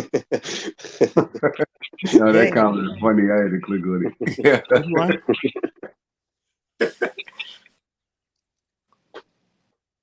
I got you. The fuck you need to do the rock line. Yeah. Why they mad at Peyton? We do. I don't know. Peyton's a goat. To me, he's a goat. Oh my God.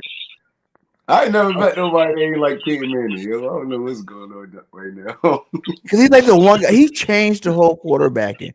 He was the first one calling his own plays. Like he was getting offensive coordinator, head coach jobs, and they were trash on other teams because he was calling the plays the whole time. They were just using his name to go get other jobs. Man, yeah, go. And I remember when Tom Brady asked, and Belichick was like, "No, you can't get it yet." And then the next year, after Brady won that Super Bowl, then he started letting him call his own plays. Like, what? Y'all late. Man. Peyton Manning was a dog, but you already know you know who his hurt was. It was Tom Brady. He couldn't beat the Patriots for a long time. It was like Jordan versus the Detroit Pistons. He couldn't beat them for a long time. It's like the He finally Jordan got him versus that 1 year, and that's the year they won the Super Bowl. Because I'm a huge Reggie Miller fan. If it wasn't for Michael Jordan and Patrick Ewing, Reggie would have like 6 rings. Yeah. A lot of people would have had rings if Jordan won. He blocked Barkley from rings. He blocked all the greats from rings. Only reason Houston won it is because Jordan one of them. I like that. Speaking on that, how you think Steichen's gonna do without Hurts? And you said Richardson, you guys are really high on them, but Steichen might not look as good. I don't know, man. I'm on that whole grass is not greener on the other side thing with this coaching thing. Like, I want to see. He said everything, decided to say everything I want to hear from him. I still got to see it. And that's something I got to see because, you know, Gannon still we still have like one of the best defenses ever. You know, as much as we hate Gannon and how he wasn't the best situational defensive coordinator, he still brought us the best Eagles defense we've ever seen, like ever. I'm just saying the pick made sense because of, I mean, him and Hurts got kind of the same traits. Like they real athletic. They can throw the football, and I mean the offense kind of suit him. So it's like that's why I feel like he going. And then he got a dog back there at running back, so that's gonna take a whole lot of pressure off him too. Jonathan Teller back there running the rock. So I feel like you're going to have a solid season. The Colts always had a solid defense. It's just now not making too many mistakes, not turning the ball over too much. And I feel like he's going to have a solid season. And I feel like he really fit that offense. So it's kind of a win-win. You leave Jalen Hurts and you get a dude that's kind of like the same type player. It's like, why wouldn't he be able to work with this dude? But you don't have the number one offense line in the league. You don't have like the number one defense. But the Colts online is top 5 though. They sturdy. Yeah, he's got good receivers too. Michael Pittman Jr. is a good player. USC baby love. Alec Pierce is all right. I watched him last season. He had a lot of touchdowns. He won a lot of jump balls and stuff like that. And they got what's his name, Josh Downs out of North Carolina. He's going. Oh yeah, they did get Downs. Oh yeah, they might have a solid little receiving core over there. That's crazy. Yeah, and you just said they got the running back, so they got talent around him to support him. And I think they got him specifically so he'll be able to mentor, or not mentor, but he's the quarterback in to a new system. So, but like Chris Ballard said, I was watching an interview with him on the Pat McAfee, so he said that it's going to be rough at the start. So as far as like touchdown interceptions, you probably gonna see some interceptions. You're probably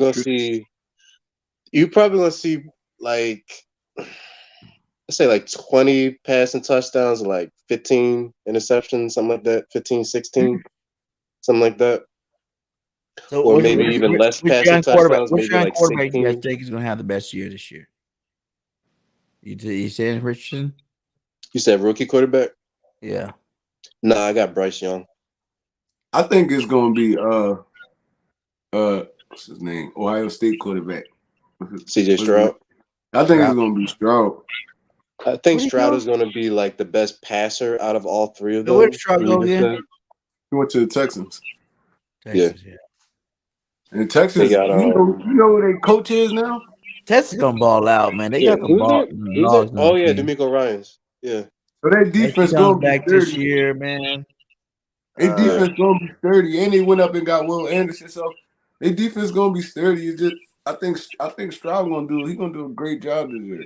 And you guys want to know another reason why I say this whole strength of schedule thing is kind of BS, because some of the crappy teams are going to be really good this year, and some of the really good teams aren't going to be as good this year.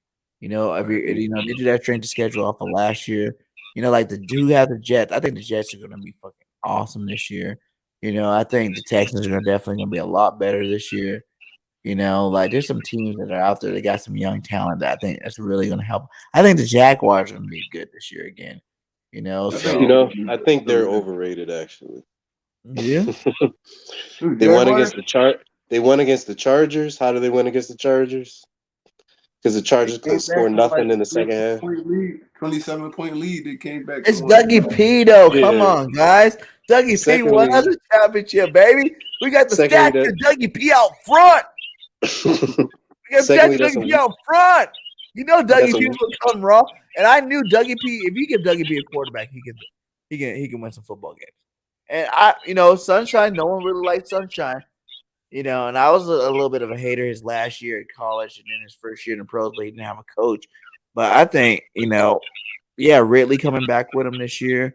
And like they had some good players. They just didn't have a quarterback, man. They're like the Jets. They didn't have a quarterback, and I think Sunshine is a good quarterback.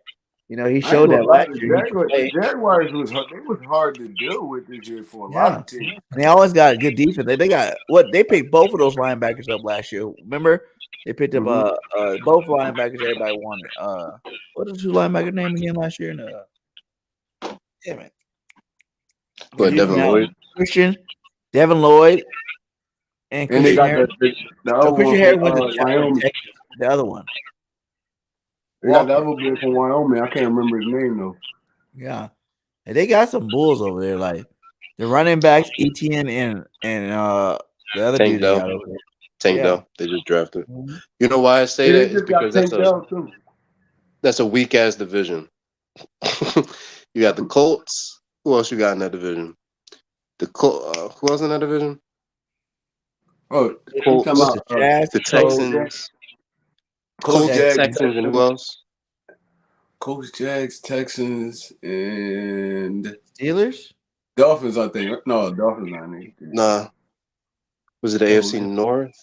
Right? No. AFC South? I think it's the AFC South. AFC South. It's Texans, Colts, Jags, and why are we missing one? Is it the Dolphins? It's a weak team though. And I think the Dolphins is in the Patriots. Nah, NFC East. Let's see. I mean, my bad. AFC East. Titans. Yeah, Titans. Titans never do anything in the playoffs. They're not going to. The Jags, when they get to the playoffs, right? Who are they going to face with the quarterbacks? They're going to face either Burrow, Mahomes, Allen, Lamar. See what I mean? Like, they beat Herbert last year. That doesn't count. Stop saying that. That doesn't count. That doesn't. I refuse to believe that counts. You come in with a 4 touchdown. That doesn't count. And the Chargers never win in the playoffs either. Chargers are always chokers. So you see what I'm saying? Like when they're gonna do everything in the regular season because they're in a weak ass division. They're with the teams on the come up, right? They're gonna get to the playoffs and then somebody's just gonna stonewall them. And it's going to be that probably for the next 4 or 5 seasons with all these young quarterbacks who have teams that surround him. Because he's in his 3rd season now. Yeah. Yeah, he's I not did winning like the Super that. Bowl even next. Yeah, Bixby, Not not Tank Bixby. Yeah, I agree with this too. What yeah. Philly that Dion said best. You know, look at the quarterback to both parents and the defense. You look at the parents, homes. You know, the single parents. You know, angry kids out there. Like that's how it is. You need some dogs on defense. You don't want people that don't respect rules. They want to just go out there and kill people. On offense, you need those smart-minded people. Yeah, Whatever. Dion crazy for that though. Yeah, I Crazy. love that one. That was a good quote. Oh, what y'all feel about Will Levis since we said the Titans? Will Levis. I feel like they did the young and dirty over there. That was crazy. Yeah, what's his name? Willis. Malik Willis. Yeah, they did How him you dirty. go draft another quarterback this year? They did him dirty, bro. They didn't even get this dude no time to grow. Y'all didn't have nothing around him but Derrick Henry. It's like, And you bro, still got Tannehill fighting for the spot. yeah, You know, you like still even got- this year, Tannehill's like, Yeah. I'm going to be the starter. Like, really? Like, if you're gonna, why are you drafting holding a quarterback? You still got Tannehill. I feel like they did Willis dirty, bro. That was horrible. They ain't even We really got drafted in the third round. Willis got drafted in the third round. Man, they did him dirty, bro. Oh, yeah, And then I they don't drafted even a think second. Levis, like, in all honesty, me watching Levis, I don't think he that better than Willis. Like, he can pass a little bit, but he Yeah, I didn't think he was good enough to draft him. That's for sure. I thought you should at least went and added more talent around. Yeah, they gave some wide Yeah. receivers to work with, something At like the end that. of the day, it's about how much talent you got on your roster. It doesn't matter your quarterback really anymore. I mean, the Titans are You need a dumpster good fire. quarterback. You don't need a great quarterback to win. Like, you don't need good quarterbacks to win Super Bowls. Think of how many shitty quarterbacks won Super Bowls. You know, Brad Smith, freaking Joe Flacco, freaking. That's true, you know? but I don't want to have a Brad Smith and they got a Patrick Mahomes. Well, if you had that, if you had When a I go to Brad, the gunfight, I if can't. you had a Brad Smith defense, you can have whatever you want. You had a Joe Trent Flacco. Dilfer got a Super Bowl just Yo, from defense just won handing. Super Bowls those years. Trent Dilfer got Super Yeah, Bowl you just got from handing the fucking- football off. Trent Dilfer, yes. He got Trent Dilfer used to throw the ball like 8 times a game, bro. Like we said, He Eli was- got I'm not two talking about Super bringing a Bowls. Brad 8 Smith to a times a game. gunfight. Yeah, man. So it's like it doesn't matter. Like for me, like that's why I don't really put the Super Bowl quarterback together. It's like, yeah, you can say Tom Brady got the most Super Bowls, but it's like that's a team sport. That's a team award, man. There's so many legends that are great at quarterbacking that I think are even better than Tom Brady at quarterbacking, but don't have the Super Bowl because the teams are better. You know, even last year with the Eagles, like Jalen Hurts played a great game, but our team was better. I think it was fixed, to be honest, but you know, I don't know. Our defense were number one, our offense was number one, and then they still beat us. That's horrible. It's just the same thing as the 2004 Super Bowl. Like if you rewatch that Super Bowl, you saw a Pro Bowler, Pro Bowler, Pro Bowler, Pro Bowler, Pro Bowler, Pro Bowler. Hey, we broke the record that year for most Pro Bowlers. We had like all of our starters in the Pro Bowl that year. And last year was kind of like that too. Fuck, we lose this game. Like, yeah, it wasn't real. It was surreal. That's how I know this year we're gonna win it. Like we're a better team. I think overall better team this year. So I'm looking for us to go ahead and get that bag this year. So yeah, we had 2 hours and a half. Yeah, I'm good if you guys are good. Like we can wrap this one up. It was a great show, guys. Shout out to all you guys. We gotta get this joint back up and running, man. Oh yeah, we're gonna get. You know what I'm saying? It's getting closer. We're gonna get Birds on the Line back up. I know it's been a while since me and Trey did it, but we've been off schedule for a little bit, so that's the one reason. And you know, we're gonna get it back going though. I love Birds on the Line because I like hearing what everybody else has to say about it too. You know, I'm always gonna have my opinion. Like y'all ain't gonna ever change my shit, but you know, it's good to hear other people's side of it too. I hate your opinions, man. I know you do. But that's why we flow so well, because you have some ridiculous takes too. And I just my takes I just be on football, y'all. You be going off the You ain't wall talking with football, this, Trey. If you say anything disrespectful to Jalen Hurts, you ain't talking no football. you was crazy though if you think Hurts is better than Patrick Mahomes. Like, come on. I know Hurts is better than Patrick Mahomes going into this year. Come on, man. Going into this year, you know Patrick Mahomes stealing, right? And He's you don't know stealing. if Hurts stealing. Going into this year, Jalen had a better year than Patty Mahomes. How many games did Patty Mahomes lose last year? How many interceptions did Patty Mahomes throw last year? And how many rushing yards did Patty Mahomes have? If you answer those questions, you'll see why I say Jalen Hurts is a better quarterback than Patty Mahomes. Now, I get it, the legacy. Oh, I got 2 Super Bowls. I got a couple MVPs. Okay, you give it to me. Bro, his first year starting, he threw 50 touchdown passes. I don't care. When you throw the ball, I want you guys to do this. For you guys that like the Patty Mahomes, I want you guys to do this. Project Jalen Hurts' numbers out if he threw the ball 60 times a game. Off of last year, project Jalen throwing the ball 50, 60 times a game like Patty Mahomes does. Project it out. That's why I got to I stop promise you, he has 5,000 yards. I promise you, he has the same amount of touchdowns. When we made the playoffs that first year, we threw the ball, and then we said we were throwing the ball too much, and then we had to start running the ball. His first year, yes. Last year, I said project his numbers last year out. If Jalen did throw the ball, he doesn't have to. See, that's the thing. He doesn't have to throw the ball because he runs the ball deadly too. So he doesn't have to. Patty has to throw the ball. That's their offense. Andy Reid has to throw the ball. That's what he does. He's a mastermind for the passing game. Like Jalen don't have to do it. But he can dominate both sides. Here's how I know you're actually looking at the player Patrick Mahomes. I'm gonna ask you this question. Hey, like I said, what does this say? Does this say Patty Mahomes is the best quarterback in the pocket? Or does it say Jalen Hurts is the best quarterback in the pocket? Because Patrick Mahomes makes off-schedule plays and then makes plays outside of the pocket. He's the best backyard football player ever. All the time. Who cares? He can throw off any platform, bro. It's crazy. Jalen, what throw Jalen threw off all platforms last year too? He could throw up Patrick Mahomes. He didn't throw on his side Mahomes where they put in Madden, where he's horizontal with the ground. And throw it in the guy's face and smack the guy in the face. He can't throw. I didn't see that. He can't throw every throw that Patty. I'm not a hater though. You act like I'm hating on Patty Mahomes. He is 1B. Okay, guys. He's 1B. 1B. Okay. Crazy, Patty's 1B. I'm a low-key Chiefs fan because of Patty and Kelsey and Andy. But the Eagles and Jalen Hurts is better than all of them. So that's my vote. And Patty Mahomes. You're telling me if you put Patrick Mahomes on the Eagles right now. Number 2. Like number 2 is still good. Right? If you put Patrick Mahomes on the Eagles right now, how many touchdown passes you got him throwing for in the season? I'd say he had more passing yards, but he wouldn't be as impactful in the game. Now, how many passing touchdowns do you think he'll throw? More, but he's not. He'll be throw. If we had Patty Mahomes, go throw the ball 50, 60 times a game and get like 50 touchdown passes. But that takes away from our whole strategy. The reason why the Eagles are so dangerous because you can't stop either one. We're not just a passing team. We're rushing in a passing. We're a balanced football team, and Jalen Hurts is a balanced threat at quarterback.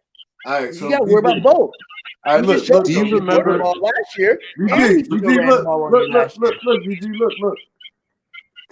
bro.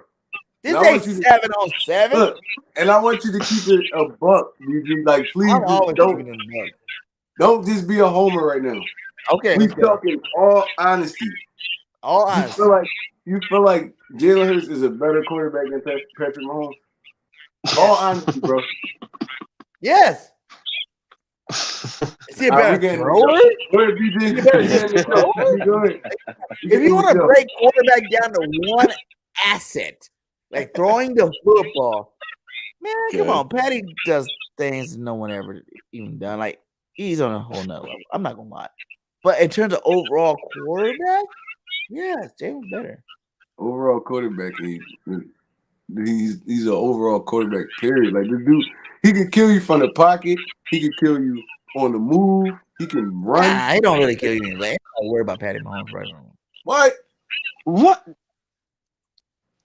Okay, I have a simple question for you. What is Patty Mahomes' most rushing yards Patty even had in the season? Let me look up Patty. Nah, you're not looking at him as a player, though. You're not looking at him as a player. You're looking at his yards. If you watch Patrick Mahomes' game, he does not just stand there in the pocket, right? The great thing about his game is he's able to be he's agile and he can. And I give him that. That's why he's number 2 or 1B. It's for the off-schedule stuff that he does that no one else can do. I'm giving you his love on that. Like, come on. He still threw 12 interceptions. Like Twiz just said, I give you Burrow and Hurts. That argument could go either way. But Patrick Mahomes is like this. No. You got like both of their things The level combined. of quarterback he's playing is way different than anybody I've ever seen for real, bro. I'm not even going to lie. Look at his attempts. Go look at Patty Mahomes' attempts and tell me Jalen Hurts doesn't throw the ball 650 damn times a year. Not because he can't, because he don't need to. So you can never, ever throw that. If you're throwing the ball more, of course you're going to have more passing yards. That's just common sense. Wait, what's so Jalen Hurts is at like what, 450 attempts? I didn't think he threw it for that many times. The Chiefs defense was the most yards horrible, Patrick Mahomes ever ran. Like Jalen, his 2 years got more yards than Patrick ever run his whole 1, 2, 3, 4, 5, 6 years he's been playing. Jalen done way more rushing yards and way more rushing touchdowns than that in his first year. Like he had that stats. Patrick Mahomes got what, like 3 MVPs? He got 1,500 yards and he got 3 years Super Bowl and 12 touchdowns in 6 years of football. Like, bro, the resumes don't match up, BJ. It's like it does. It don't match up. Patty's just talking about passing the ball, and Jalen's passing in. The resumes don't match up, BJ. He got well, he been in the league with this. He's a better leader, Trey. Come on now. 6 years. Okay. On what? 6 years coming up. Andy Reid runs the team. Jalen runs the Eagles. 3 Super Bowl appearances, bro. He won 2 of them. He got what? 3 MVPs. You got the greatest coach of all time on your. Come on now. You got to really slight the whole fact that Jalen He's got 3 Super Bowl appearances in 5 seasons. Yeah, he got 3 Super Bowl appearances in 5 seasons. And he won 2 of them. He said, if he threw the ball 6 more times, no, obviously that's telling you not, because Jalen don't throw picks like that.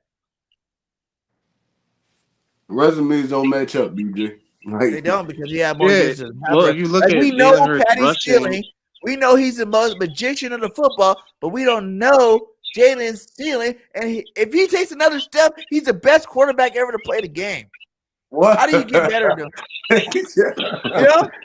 If he takes another leap like he did last year, the best quarterback ever, hands down, is what I'm saying. If he takes Patrick Mahomes is already a Hall of Famer, bro. Yeah, Hall of already Famer a Hall of already. Famer. I'm telling you. Write it down. Jalen Hurts is already a Hall of Famer. Oh my Lord! With 1 All-Pro? Come on, BJ. With 1 Pro Bowl, 1 All-Pro? 2 Pro Bowls. 2. Come on. He's a Pro Bowl often his first year. Come on. Hey. Is that you're projecting that's what we're talking about right now? Yeah, he is going to be the best quarterback of all time. I am projecting that. But like I'm saying, I'm just saying, how many records does Patty have compared to Jalen? A lot. None. We ain't gotta talk about records. The dude got. Does he already have like 200 first ever 2 Super Bowl rings and 3 MVPs in 5 years, bro? Like, come on. Does he already have 200 passing touchdowns? He might like already. Let me see. He's still close to 50, like his first 4 years in the league. He got 192 passing touchdowns. Last year he had 41. The year before 37, 38, 26, 50 his second year. That's not even including the. No, he's already on a downslope. So he's over 200. How did he peaked out his second year? Okay, he peaked out his second year, and then he went downhill till last year. So he ain't nothing. Jalen's on the ascend. He's on his first year as a full starter. He won MVP. His first year as a full starter. It took Aaron Rodgers how many years to throw 50 touchdown passes? What it take him like he was in the league at least 8 years, 9 years until he won an MVP. Like 600 times though. Come on, 600 times. Passes to 10,000 passing yards. Let me see. 10,000 passing yards, 200 passing touchdowns, and we're not hating on Jalen, BG. We y'all hating him, okay? Because he's not 2. He's number 1. Y'all hating on him unless y'all say he's number 1. We just trying to tell you his levels to this. You gotta understand the totality of football. I just look It's at the just like arm. it's Oh, just he like when threw Aaron this Rodgers. thing. It's just like when He Aaron threw. Rodgers was in his brain. Now, couldn't nobody touch that dude? Aaron Rodgers was crazy. Pat Mahomes on that kind of run right now. But with the Mahomes. Super Bowls, With the Just Super Bowl, crazy. though. Mahomes. Let's see how many times Jalen threw the ball here. it's probably like 450. Where's his stats at? He had 2,000-yard receivers, so he was passing the ball. Yeah. Yeah. AJ's getting like 17 yards a catch, something like that, or 15, something crazy. He averaged like 15, I think. Yeah. In 2020, he had 150 passing attempts. In 2021, he had 432. And last year, with his great year, he only had 460. Like 300 less time, but he had 3,700 yards. He had like, what are you guys talking about? He had like 300 less passes. No, that's 150. So 450 to 600, that's 150. All right. No. 460 compared to like, okay, 6. How many did I say Patty had? He had 600. 670 something. 670? To throw the ball that Damn. much. That's crazy. All right, never mind. I don't think it's We did have that Colts game where he threw 63 passes. It was ridiculous. 63 passes in one game is crazy, bro. See, he had 648 to Jalen Hurts 460. So around 200 more throws. Yeah, so I can see that. But only has how many more yards? He had 5,250 to 3,700. That's about right. That's 1,500 yards. He gonna say that's about But I'm saying, like, he's more. He had 12 interceptions to Jalen's what? Jalen had 6? 7, right? 6?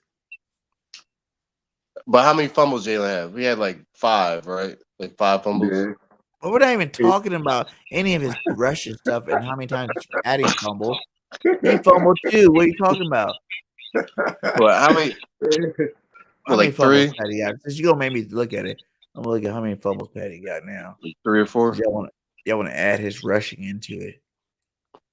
Yeah, he said Burrow threw 60 times in his second NFL game. Pat Mahomes got 14 fumbles. He had 5 fumbles last year. Patrick Mahomes? Yeah, 5 fumbles. 5 fumbles last year. 4 the Okay, year so before, what- 2 the year before that, 1 and 2.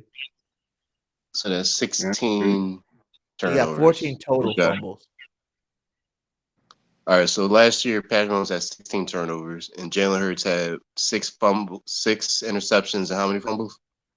I'm going back to Jalen right now. Hold on. Let's see. Jalen had at least 5 that I've seen.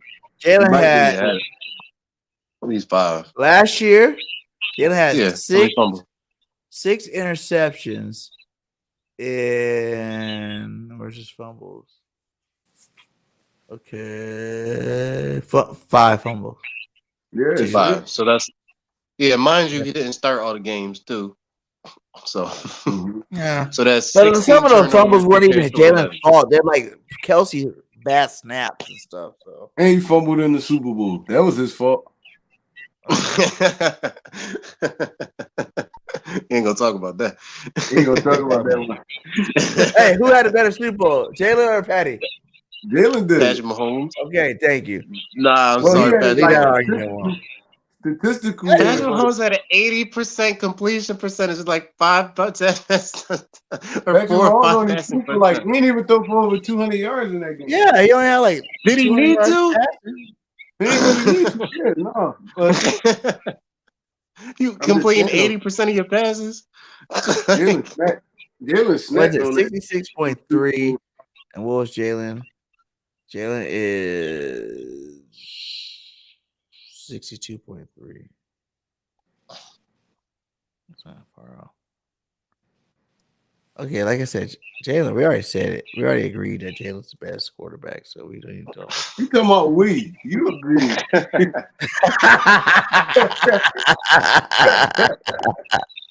They don't just Jalen do look got at a youth this program, shit. though. He's We 3 already years seen it younger all. than him. Yeah. But the fact, you know what I'm saying? But even look at that. 1 year Jalen rushing is like all of Patty's 6 years. So, and he's had done it like 3 years in a row. So, you got to add that into the equation and how dynamic. Like Patty's not pulling no linebackers. Patty's not changing the way defenses are playing. Jalen is. He definitely pulling linebackers because they was running the West Coast offense. So, I mean, but they weren't even running the football that much. But you just gotta respect Mahomes anywhere on the football field. Like it's just crazy.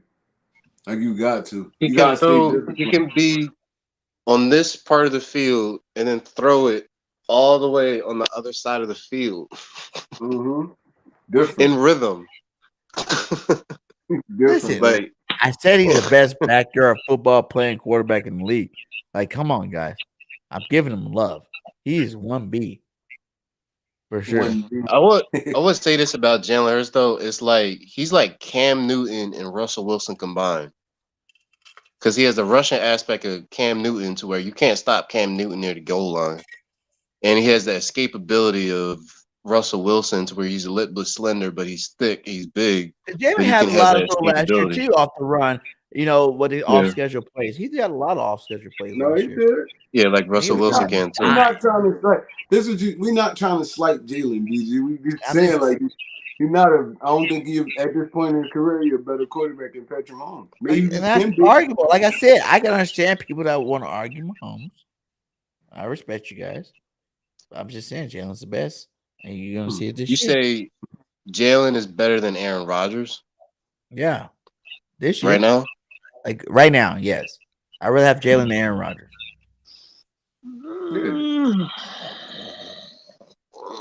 Aaron Rodgers looked suspect last year without Devontae Adams.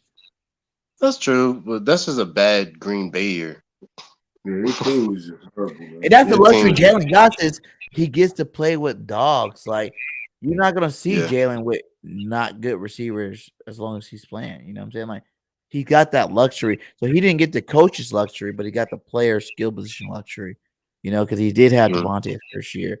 You know, he does have AJ and Devontae now moving forward. And, you know, so it's like you're never going to see him not have a good passing year, you know, from here on out. So he's lucky in that aspect, I will say. But, you know, everything is balanced, you know.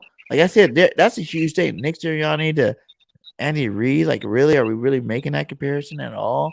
Thinking who has really an advantage? They out-coached us in the Super Bowl. You know what I'm saying? Like, we had the better talent. They just out-coached us and outplayed us on the field. But mostly it was out-coached us. And that's why we lost that Super Bowl. These GMs are getting hip to you can't just put your quarterback in there with nobody. They're finally getting hip to you got to put some talent around them. Everybody's starting to do that now. Which is making for a better product on the field. It's not just, and it's just like, you know, familiar talent too is another big key. You know, like that's why I think the Eagles are gonna win Super Bowl this year. Like we are like probably the closest niche group team there is in the league. Now, how do you get closer than that? You got 5 of the best college defensive players in college playing together on the same defense. You know, you got your offense, all these Alabama studs. You know, they all got the pedigree of winning championships. Like, come on, man. Like, it's going to be hard for anybody to beat the Eagles from here on out for a while. Like, because they're all young. Howie just knew what he did the first championship compared to what he did when he went to Super Bowl this time. He stacked up the young talent as opposed to the old talent. You know, like, when we went to that first Super Bowl, we had a lot of old cats on our team. It was at the back end of their careers. And like, you know, they kind of washed off. He ended up paying them all that money, and they didn't do shit. You know, moving forward, they're just old. Right? He's learning from his mistakes. Alshon got hurt. Jay got hurt. McGill Bunt traded. It's like, bro, he just went downhill after that. Yeah. And this year, like all these guys are young. Like we don't really even start losing players for like another 3 years. You know, in terms of like worrying about having to pay somebody. Like, really? Like, speaking of that, Ringo, right? I think he's going to take a little bit to get acclimated. I don't think he's going to, let's say, stand out until like year 3. I think he's got a lot to work on, especially his technique and everything like that. You watch that Tennessee game, like it was embarrassing what it looked like. Like those Tennessee wide receivers that just got drafted in the NFL along with Hendon Hooker. Watch that Tennessee game. It might throw up someplace. But another corner that was killing him. He was killing him that game. Yeah. We don't need Ringo to start this year. That's a good thing.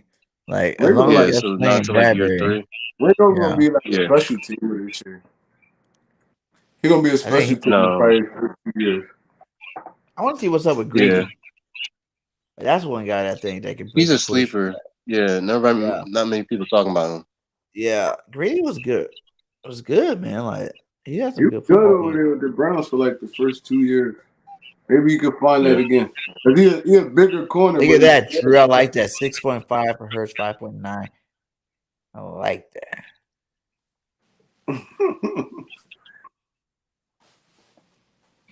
Yeah.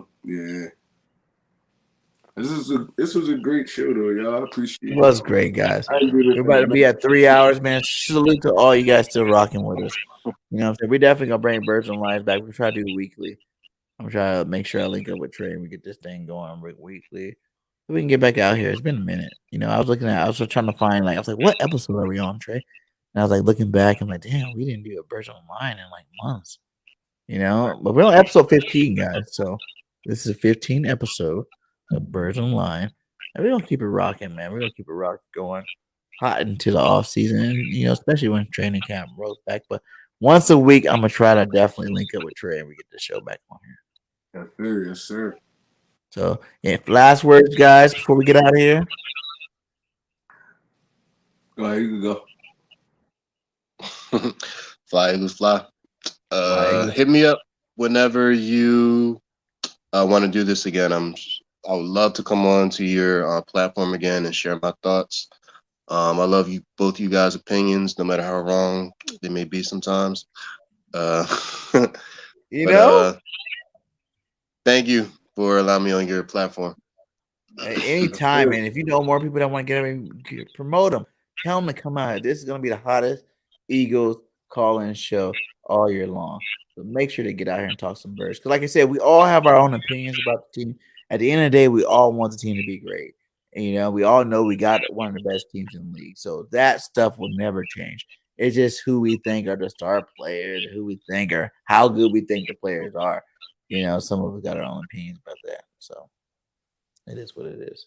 But like I said, fly, Eagles, fly, flap the wings. We out. Peace. Peace.